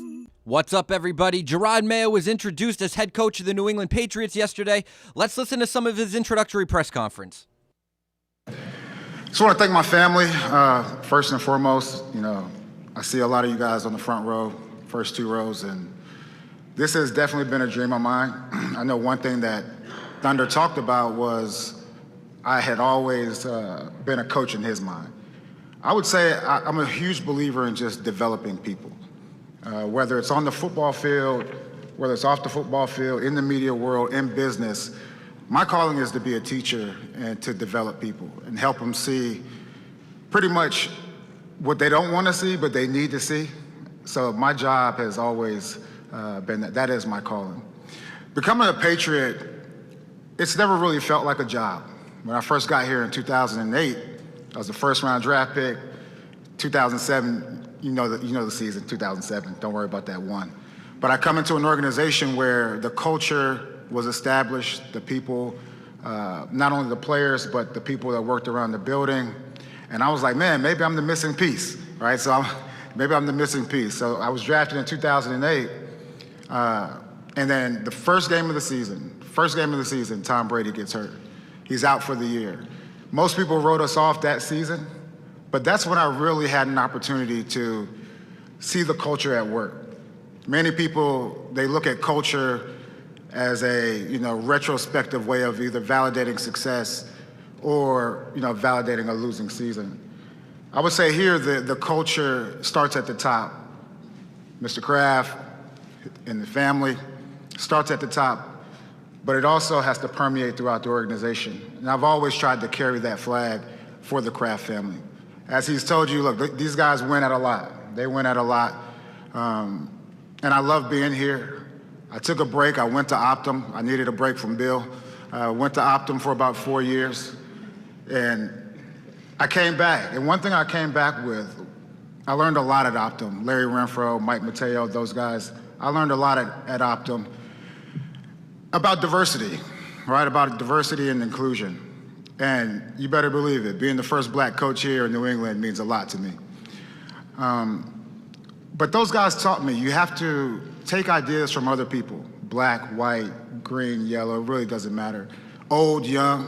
One thing you'll notice about me in our interaction as we continue to go is I don't like echo chambers. I want people around me that are going to question my ideas or question the way we have done things in the past. Because realistically, this game's a lot different than when I was drafted in 2008. At the same time, that's why I try to spend so much time in developing young men and young women so they know I don't want to teach them, what to think. I want to teach them how to think. And once we get to that point, I think we can get back to where we need to be, at the top. And I'm an open book. I'm honored. I'm ready to go. And I'm excited to be the next head coach of the Patriots.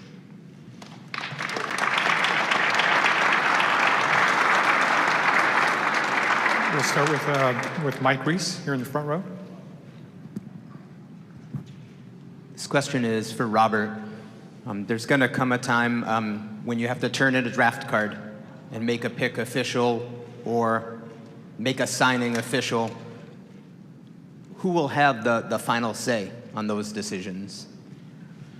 Yeah, well, this is a day we want to celebrate Jerod taking this position. What we know, we have a lot of people internally who have had a chance to train and learn under the greatest coach of all time, and a man whose football intellect is very special. So in the short term, we're looking for collaboration, as our team has a tremendous opportunity to position itself right, given our salary cap space, and we've never drafted. In my 30 years of ownership, we've never been drafting as low as we're drafting. So we're counting on our internal people, whom we're still learning and evaluating. So we're going to let that evolve and develop. And before the key decisions have to be made, we will appoint someone. And at the same time, we'll probably start doing interviews and looking at people from the outside. But my bias has always been, in all our family companies, to try to develop a culture from within where we understand one another. I'll just give you a little factoid. In the 30 years that we've owned the team, today, so it's really 31, this is the third coach that our family has hired. In that period, there have been 244 coaches hired in the NFL, which means an average of roughly 8 coaches per team, which means there's a turnover every 3.5 years in the teams. We like to get continuity in our company, get the most competent people, and then try to build stability. And so before we just rush and hire people, we want to understand what we have internally. It's a long answer, but an important question. This question is for Jerod. Jerod, congratulations. Thank you. It's been reported in recent days you set up interviews for a defensive coordinator position and special teams coordinator position. I'm curious if you'll open a search for an offensive coordinator, and if so, what traits and experience will you prioritize? That's a great question. I would say, just like Thunder alluded to, everything's still under consideration. Obviously, the staff that I've been working with isn't the staff that I have chosen. But everything's under evaluation. One thing I would say with all of my coaches, the number one thing is developing people. And with this generation, I mean, back when I first started playing, most of the time guys, coach would say something and guys would do it. I think with this generation, it's about, you have to show them that you care about them before you get into, competency as far as X's and O's are concerned. And that's one thing I feel like with all my coaches, they should know the players. They should know their room better than I do. They're closer to those guys, and they have that day-to-day interaction. But to me, whether we're talking offensive coordinator, defensive coordinator, special teams coordinator, all that stuff is under eval, and my number one thing is I want to bring in developers. Hi, Jerod. Congratulations on the job.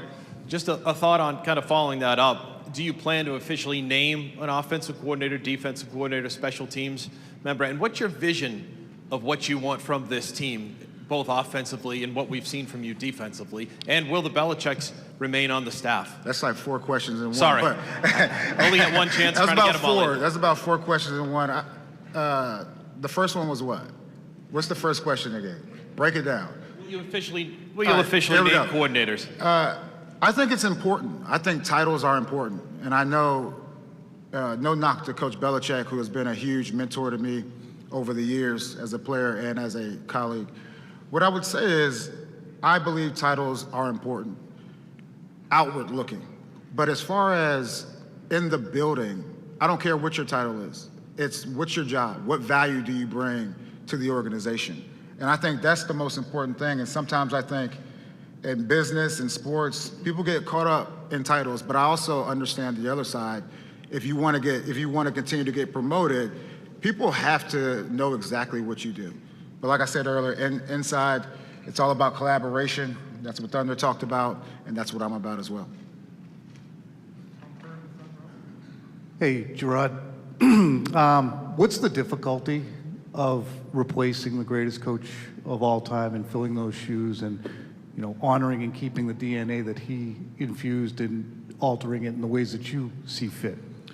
Yeah, this organization has had a lot of success over the years for a long time. And there have been many teams that, they have one good year and then they're out for 3 years. One thing I learned from coaches and from Thunder is about just surrounding yourself with good people, right? Surrounding yourself with good people. Now, as far as our staff and things like that, we're going to be good. We're going to be a lot better. Now, Bill always says this, managing expectations. For me, I'm not trying to be Bill. I'm not trying to be Bill. I think that Bill is his own man. If you can't tell by now, I'm a little bit different even up here. But what I will say is, the more I think about like the lessons that I've taken from Bill, hard work works, right? Hard work works, and that's what we're all about. Hey, Jerod, good to see you here.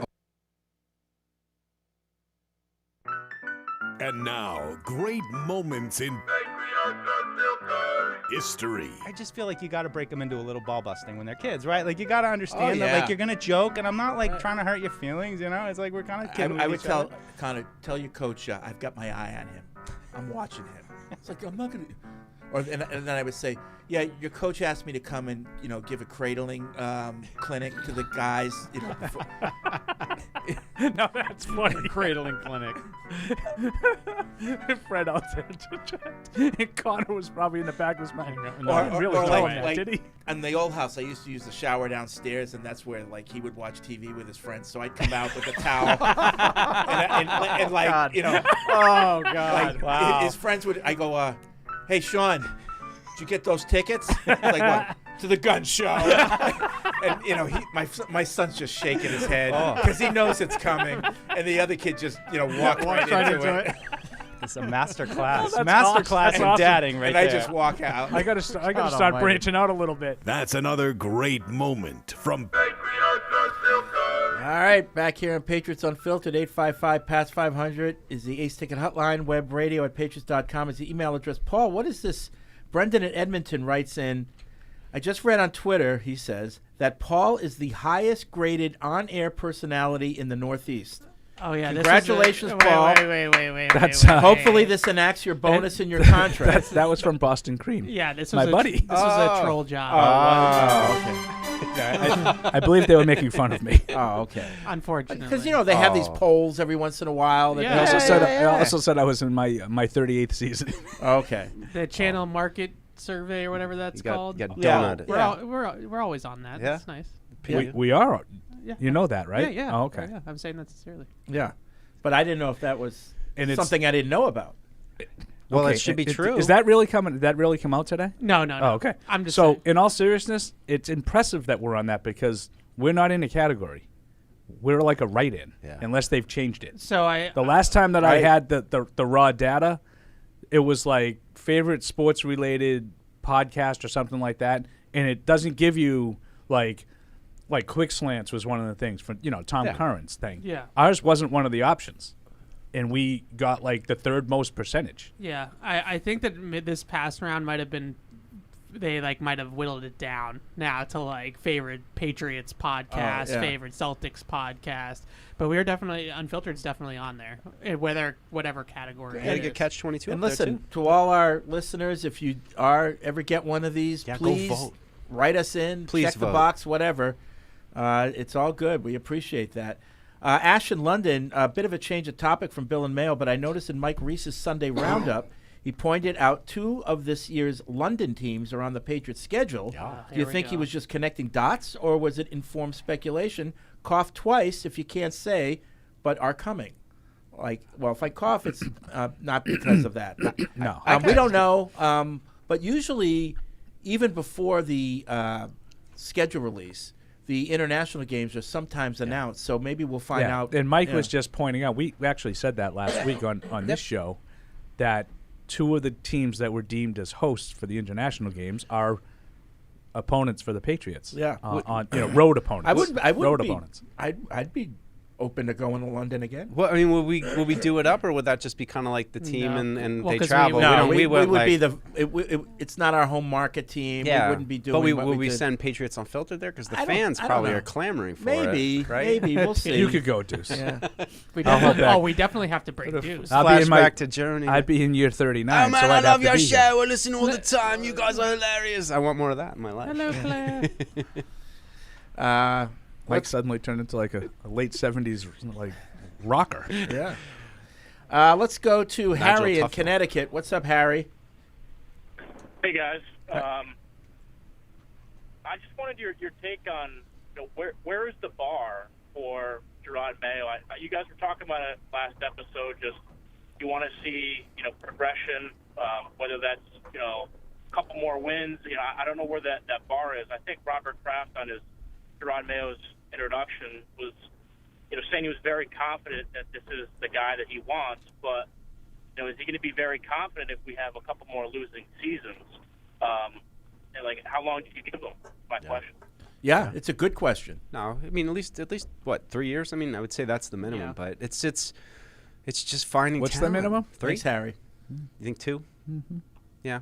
I mean that's fair. It would have to be. It would have to be. But again, it would have to be really. What bad. does it look like? What's happening? That's right. my point. No, it would have to look really bad. Yeah. And it's just that feeling of coming out of a season. I mean, we've talked about it a bunch of times with the 94 season where, it's like started to come together a little bit. You felt like you had something. I think that's just the feeling you want to come out of the season with, whether, of course you want to be in the playoffs. And, I'm so impressed with Green Bay. I just love how they've built things post-Favre and, how they took care of Rashawn Gary and, I just think they're doing it the right way. They drafted a bunch of wide receivers and they got Jordan Love some time to develop and they, stuck with him and easy photo. Is he a Jordan Love guy? He's a Green Bay Packers fan. He just he loves the Packers and he thinks that's the only way to make a quarterback succession plan.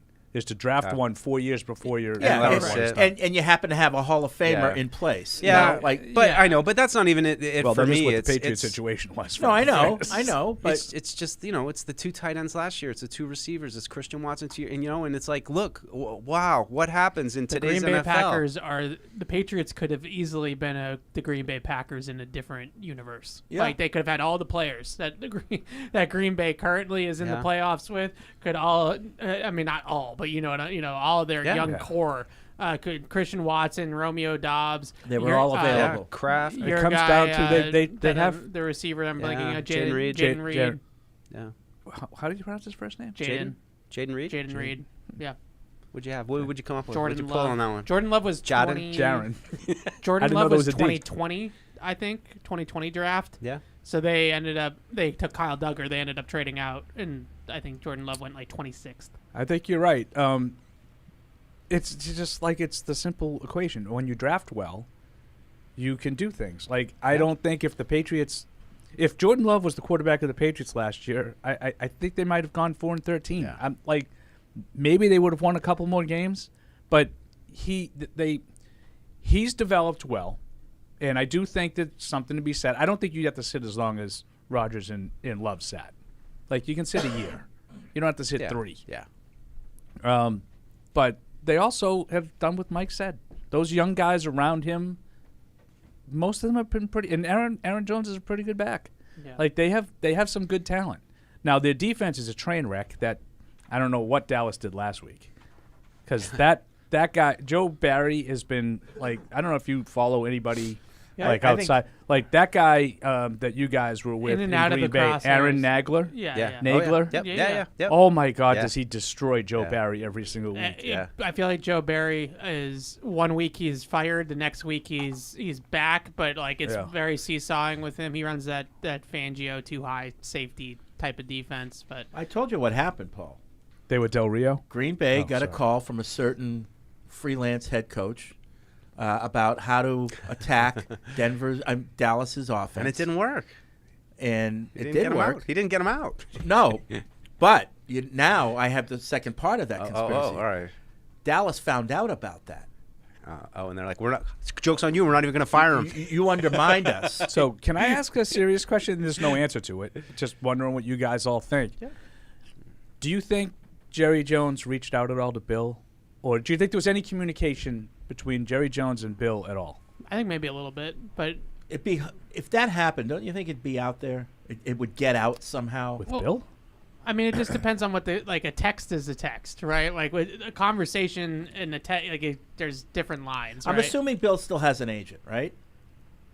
I think he has somebody that helps him with the actual contract. You don't think he has an agent? It was Neil Cornrich, but I don't think that I don't think he's formally his agent what anymore. Agents do is they want people to think my client is in demand, so they get this stuff out there so other teams know. I'm sure there is somebody, whether it's Neil Cornrich still or somebody else, that's doing Bill's bidding. So I don't know who so it maybe is, not. Maybe they didn't reach out. I don't know. No, I don't have the answer. I just thought it was interesting. Like, do you think that maybe Jerry Jones, because you can make an argument on a lot of different sides. Make Jerry Jones said, okay, we're going to stick with McCarthy. Yeah, it's because I reached out to Bill. He wasn't really interested. Right. Or like Jerry Jones has a reputation for being pretty patient with his coaches. He does. Like he doesn't, Jason Garrett stuck around for a long time when people thought every year he was going to get fired. See, I always chalk that up to Jerry doesn't really want another Jimmy Johnson. He doesn't want a strong. He wants a puppet. Figure. Yes. He really wants to be in charge, and he doesn't want to. And as long as my coach is doing what I tell him to do, leave him there. You didn't hear Big Jim did a bit on this yesterday. Oh. He did the fake call. Did you hear it? You know what I'm talking about? You heard it? Just too good. So funny. And then when he breaks character and he goes back to his own voice, like in the middle of it. Give me my number one. I'll give you my number one. Whores. I'll give you my number one whore. What it's going to take, Bill. Colin Denver writes in, I'm extremely disappointed with Robert's decision. I wanted a fresh start, but if Robert had interviewed several candidates and considered all the options before concluding that the best head coach candidate was Mayo, then I would have accepted that, Kraft did his due diligence, and made a well-informed decision. But this, come on. He didn't even try to pretend that he was looking for the best candidate. He just picked the guy who was in front of him. I sure hope Mayo makes this email look stupid over the next few years, but I don't have any reasons to believe that he will. I'm telling you, Cole, if you didn't hear the beginning of the show, Fred rallied the my troops. advice to you is, in Robert Kraft's 82 years of existence, his instincts have served him well. And he said yesterday that he basing this decision on his instincts, and I'm taking some solace in that. I'm hoping that works out like it has in the past. Fred is reminding me of like Jessup in A Few Good Men. Yeah, It's like, please tell me you've given them something other than my favorite color. Right. Two Marines' lives are at stake here. Yeah, right. And like Fred's like, well, Robert's instincts have never failed him in the past. I would say that I've talked to a lot of people at this point about Jerod, and like everybody that knows Jerod or knew Jerod when he was a player, like nobody's surprised that we're here. Like nobody's surprised by it. But here's the thing, and that's a good point. Cole, for example, and there are others, are not happy with Robert didn't talk to a lot of other candidates. But that's not to say that Robert didn't talk to a lot of people about Jerod. And in that, it became an informed decision. Like, I have a good feeling about this guy, but I'm going to make sure. Yeah. And maybe he talked to dozens of people about Jerod Mayo. I mean, there's people that have said to me that he was born to be the Patriots head coach. Like, literally, those are the words out of their mouths. Like, I don't know if he's going to be a good coach or not, but the fact is that he has like some sort of gravitas, Yeah. and I agree with it. I think he's, when he was talking yesterday, he commanded the room. I think there's something to that. We've been told that about the shared defensive coordinator thing, that he delivers the message because he's better at it than Steve. Yeah. So you could see some of that yesterday. I don't have any issue with the selection. My only question was just I didn't necessarily need to have people he talked to about Jerod. I wanted him to talk to other people about other ways of doing things. I get it. That's all. Yep. If you wanted to pick Jerod, I love the guy. I think he's a strong presence. I'm like you said at the very top of the show, Mike. It's like refreshed. Yeah, but Jerod basically said we're going to do things differently. Yeah. We just need to see the people that are put around him. Yes. I have no problem whatsoever with Jerod Mayo. I think he's a really good coach, a really good person. I think he is a head coach. I think he's head coach material, but who's making personnel decisions, who's the offensive coordinator. Like, I don't necessarily worry as much about the defense because that's his expertise, but if they're going to draft a quarterback 3rd overall, who the offensive coordinator is humongous. Like, that is such a huge deal. I did it again. Who's the decision makers, to your point? How are they determining which one of these three? Like when you guys were finishing up Catch 22, Alex was saying, it's one of the three, and I don't want that. Yeah. I don't want them to say, "Oh, I'd be happy with any of the three." I want them to identify the one that they like the best. Yeah. And then if they can get them, now maybe you can't. Maybe you don't think the trade is worth it. Right. If you can't guarantee that one is going to be available, but I don't like the idea of I'd be happy with any of those three, because now we're into the Felger part of it where, there'll be 4 or 5 guys taken, and 1 or 2 of them will be able to play. Yeah. And I think that if you look at the history, the 3rd quarterback taken isn't generally great. Right. Yeah, it's true. QB3, as the kids like to say. Just picks. Nice. Yeah, we got 2 picks. Oh, later. yeah. Oh, my God. All right. Just one quick thing. Just a little business-related thing.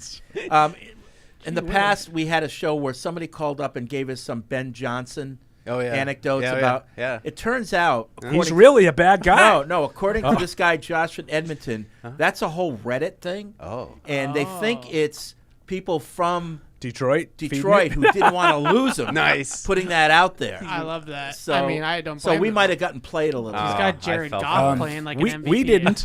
Yeah. Well, we made fun of it. We made fun of the guy. I did anyway. I know, but we gave him a platform. Jared Goff's playing like an MVP, and that's Jared Goff. So I would. There's got to be a better story. Jared though. Goff can't play. You have to listen to my shows more. Oh, he can't. Well, they think everybody besides like correct. Patrick Mahomes. That's is it. The bum. Yeah. And he doesn't count because he was 10th. Oh. There's got to be a better story to make up about why Ben Johnson's a bad guy than he stood up in front of like his kid's play and was like, "Watch my kid." Like that just. Well, that should have been the it first doesn't pass the indicator sniff for test. us. Yeah. Do you remember Do you remember at the time? And listen, I get duped by these things all the time. Andy Hart called into the show. Right. I didn't know it was Andy Hart. Roger. So I get duped on this crap all the No, time. you were I didn't all- buy that one man. for a second. Yeah. That's like when what's her name didn't know that Right. it was Donnie Wahlberg in The Masked Singer. Yeah. It should have been like he stole my wife from me. You know, like Right. something like, "Whoa, Well, Jesus." I saw him Donnie kill Wahlberg someone. was on The Masked Singer, and Jenny didn't know it was him. Yeah. Oh, that's funny. Yeah. Wow. That is funny. Jenny Yeah. McCarthy, maybe. Yeah. All right. Maybe that was a bit. Like Yeah. like maybe that was. I always love when they do the reveal. Did Ken and then get it's it? like, oh, Yeah. it's Evan Lazar from Catch-22, and of course, Patriots Unfiltered. Like they have to tell you everything about the person. it's so just random. in case you don't know who it Oh is. my God. 6-time Grammy winner, 7-time Oscar winner. I don't watch 6-time Masked Tony Singer, so I have no interest. I don't even know. All right, what the so Masked Singer we had so rude. We had a ton of emails, a ton of calls. We can't get to them all. I apologize, but we'll be back next week. But it is picks time, and Alex isn't here. I don't know where she is. I know. Oh, I wonder why. I wonder why Alex isn't here. There's a reason. Oh. There is a reason, as we suspected. I will get to the results from last week, and you can put 2 and 2 together as to where Alex is. Fred, it's time to separate the men from the boys. He's back, baby. Playoff time, Fred. Playoff? 5-1, Fred. Yeah. Wow. Very well Followed done, by Fred. Paul at 4 and 2, always second place. Mike and Evan 3 and 3, and Oh, the queen hath Alex 2 and 4. Well, now is the time Yeah. that it really counts. This is her Yeah. turn. You know, this is her Daenerys moment. Like she just. With the Dracarys. spread, Paul 4 and 2, and everybody else was 3 and 3.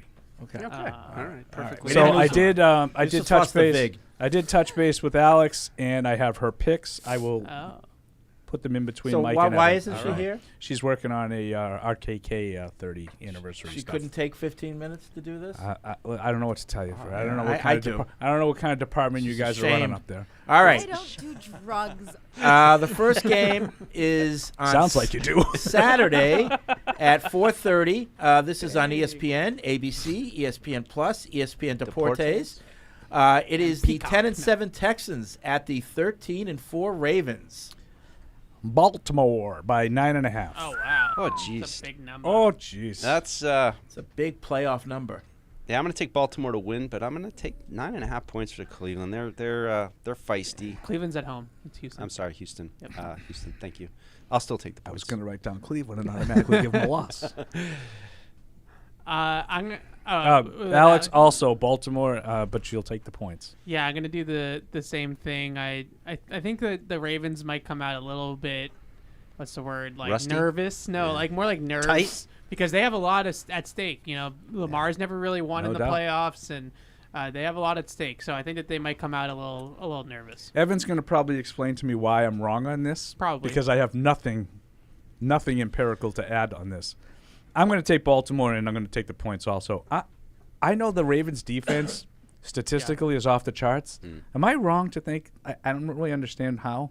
Like, I don't think it's quote unquote that it's good. I'm not telling you it's not good.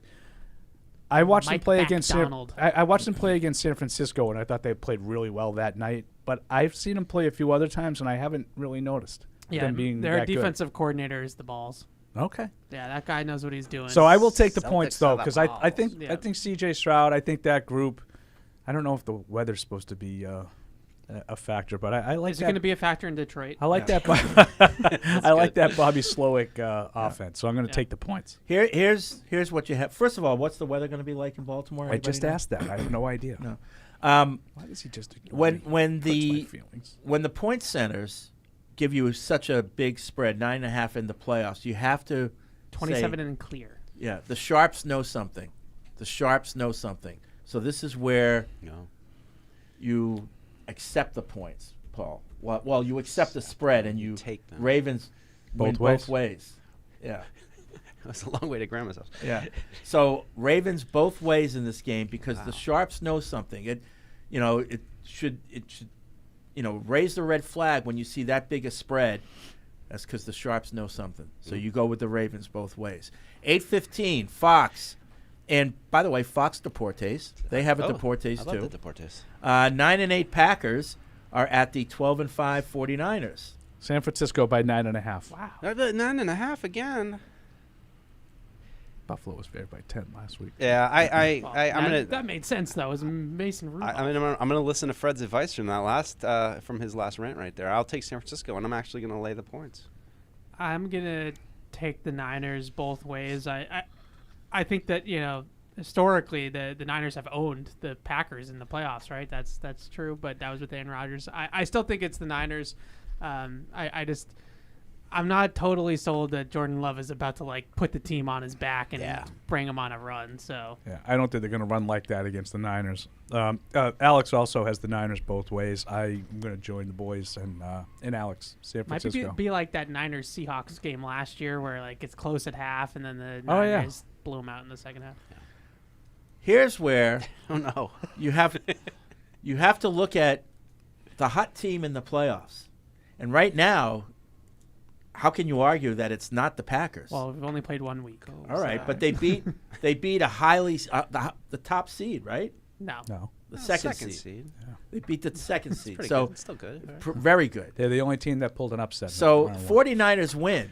Is that true? But they don't. Well, it's the only road team, right? Only road team to win. It was the only road team to win. I'm listening. Sorry, Fred. The Sharps didn't know something on this one. You so, said a 9.5. So you got Green Bay outright. This is where the 49ers are overvalued in the market. In the market. Why? Wisdom. You're getting all the buzzwords. They're trying to bring in the Green Bay money. You realize Green Bay's aren't Packers notorious. Upset the Niners, and I am never going to end with Brock Purdy. But the Green Bay people aren't notorious bettors, so they're trying to bring in the Green Bay money. 45-42. You know, so you have to know how. You're still going to do it. Huh? You have to know how the Sharps think and how the betting houses think. I don't know how they think. Right? Are you going to make a pick or not? Good, Paul. He did. I like when Paul gets impatient. You did the 49ers. And yeah, he took the points. 49ers win, but they don't cover. Okay. All right. I'm just trying to give our listeners some in-depth analysis. I zoned out in the middle of that sharing diatribe. your wisdom with these people are lucky. I apologize for talking over that amazing soliloquy. I do not. Sunday. We move on to Sunday, 3 o'clock. This is on NBC, Peacock, and Universo. The cock. This is on NBC on Sunday. Is that Brandon Spike's channel? That's rare. Sunday afternoon on NBC. Yeah, he's gonna like make the me old cut days. his interview. Yeah. The 9-8 Buccaneers are at the 12-5 Lions. Detroit by 6.5. Supposed to be cold, Mike. In Detroit, 13 inside, degrees. They're going to turn the They're indoor. prepping for No, I it, know. though. I know to what you are referring. That was pretty funny. Every reporter's nightmare, right? Caught with your pants off. Man, this is one of those weird games. I'm going to take Detroit, and I'm going to. What did you have? What the points was that? 6.5. 6.5. Yeah, I'm going to do it. No, you know what? I'm not. I'm going to take Detroit, but I'm going to take the points for Tampa. I apologize. Now I apologize. have There's a cross out. I have crossouts now. This Alex, got a close game. Alex also has Detroit with Tampa. Yeah. For the points. I'm going to take Detroit both ways, and I've been, Dan Campbell's not my thing. Okay, I'm not a kneecaps guy. I'm not a red face motivator type of coach type of guy, but I'll give him some props. He's winning me over a little bit. I think he's got that team pretty buttoned up. So I'm going to take the Lions both ways. It's a nice draw for the Lions, though, to get the Buccaneers. And, heck yeah. Yeah. So, huge. Yeah, it's great. Yeah, I'm going to take the Lions both ways, too. I think there was a lot of pressure on them last week. They were able to get the win. I think they play a little looser. And then, who knows? Get in the conference championship game. Yeah. Anything can happen. Here's where the books got it right. Okay. Lions both ways. Lions? Yep. The run of Baker comes to an end, although I'll be rooting for Baker to Actually, bake. this is a tough game for me. I like both teams right now. The Lions might be the most fun team. Yeah. Well, that was I enjoyed the Rams game, but it was frustrating because I was rooting for both teams to score every time they had the ball. I love watching Baker bake, but I think the Lions win. Now we go to 6:30 on Sunday night on CBS and Paramount Plus. Do I have to have Paramount Plus? You got to plus it up. Got to plus it up. 11-6 Chiefs. And none of these games are on that stuff, right? No, They're all I don't on think. regular. Yeah, I don't think any No of them are. streamers this time. Yeah, That stuff. 11-6 Chiefs. No historic games, Paul. No. That was embarrassing. What they No were doing. historic games with like 80 million people watching. Right. Yeah. I don't think so. It's a 11-6 Chiefs at the 11-6 Bills. Buffalo by 2.5. Oh, By far and away the closest Yeah. spread. Weather could be a factor in this game. They're getting more snow. Yeah, in they're supposed to Buffalo. get more snow, but they think they'll be okay to have the game. I don't think they're going to have to cancel it. They said. This is a great game. This is a fun one. A lot of storylines, a lot of history between these teams recently, and I like Buffalo to get over the hump at home against Kansas City. Send Taylor Swift home. Gonna be a tough day for Taylor Swift there in Buffalo. I'll take Buffalo, lay the points. Alex also takes Buffalo both ways. I'm taking the Chiefs. Until the Chiefs lose, I just am going to ride the Chiefs. I think that they have the best quarterback. I think they have the best coach, and they're going to keep riding it until maybe. I just don't think Buffalo is good enough to really mask those weaknesses of Kansas City to make those come out. So I'm going to take the Bills, or excuse me, the Chiefs for the upset. I think that's a logical. I'm going to pick Buffalo at home, but yeah, I think betting against Kansas City is not wise. I just can't. I'm just not sold that the Bills are gonna get over the hump. Yeah, like they're the Bills. And I They're also gonna find a way to lose. and I also would have like Kansas City is kind of a different team. They're content to run Pacheco between the tackles, and all of those guys being out for the Bills. They lost a lot of guys during that game. I don't know who's coming back, who's going to be able to play. If Bernard can play, that's a big loss. They're already down. Like H.A. Klein is out there playing like the whole second half last week. But I'm just going to bet on Josh Allen to get it done. Isn't this a game though that's like the Chiefs have become tough? Like the Chiefs are have a good defense, good offensive line. It's kind of like some of the Patriots teams, later on in Brady's career, like 18 Patriots, right? Where like it's not all this like 40-point offense anymore. They're more like the 03 Patriots. Or sure. Yeah. But the Bills, I feel like they're soft, Right? Like, and I feel like the Chiefs are just going to bully them. Yeah, I didn't think the Bills were soft last week, though. Did you watch that game? No, but I think they just were playing a tomato can. My instincts aren't quite what Robert Kraft's are. They're up there, but not quite. I think they're better. And my instincts tell me that the Chiefs win this game. Oh, wow, the panel is divided. Yeah. So this is one like the the Rams Detroit game for me. Like I normally would root for both of these teams if they were playing someone else. A great game. You just want to see both teams succeed. This is when I start to root against Josh Allen. I know. I don't need the Bills to win the Super Bowl. I don't need that. I just like watching Mahomes and Josh Allen play. So I enjoy that offense. You're the real winner, Paul. I like watching offense. I think you know what's funny. Gotta hurry. Is it that late? No. Yeah, it's only 1:58. I have a meeting. Allow me to. Okay, we can go. So the picks are in, and we'll see what happens. I can't wait. Good weekend of football. Yeah. And we will see everybody next Tuesday, unless we need to have an emergency podcast, which isn't out of the question. But until then, thanks for listening. What does he know? Thank you for downloading this podcast. Subscribe on Apple, Google Play, and everywhere else you listen. Like the show? Please rate and review us. Listener comments and ratings help keep us high in the podcast rankings so new listeners can find us. Be sure to check Patriots.com for more news and more podcasts.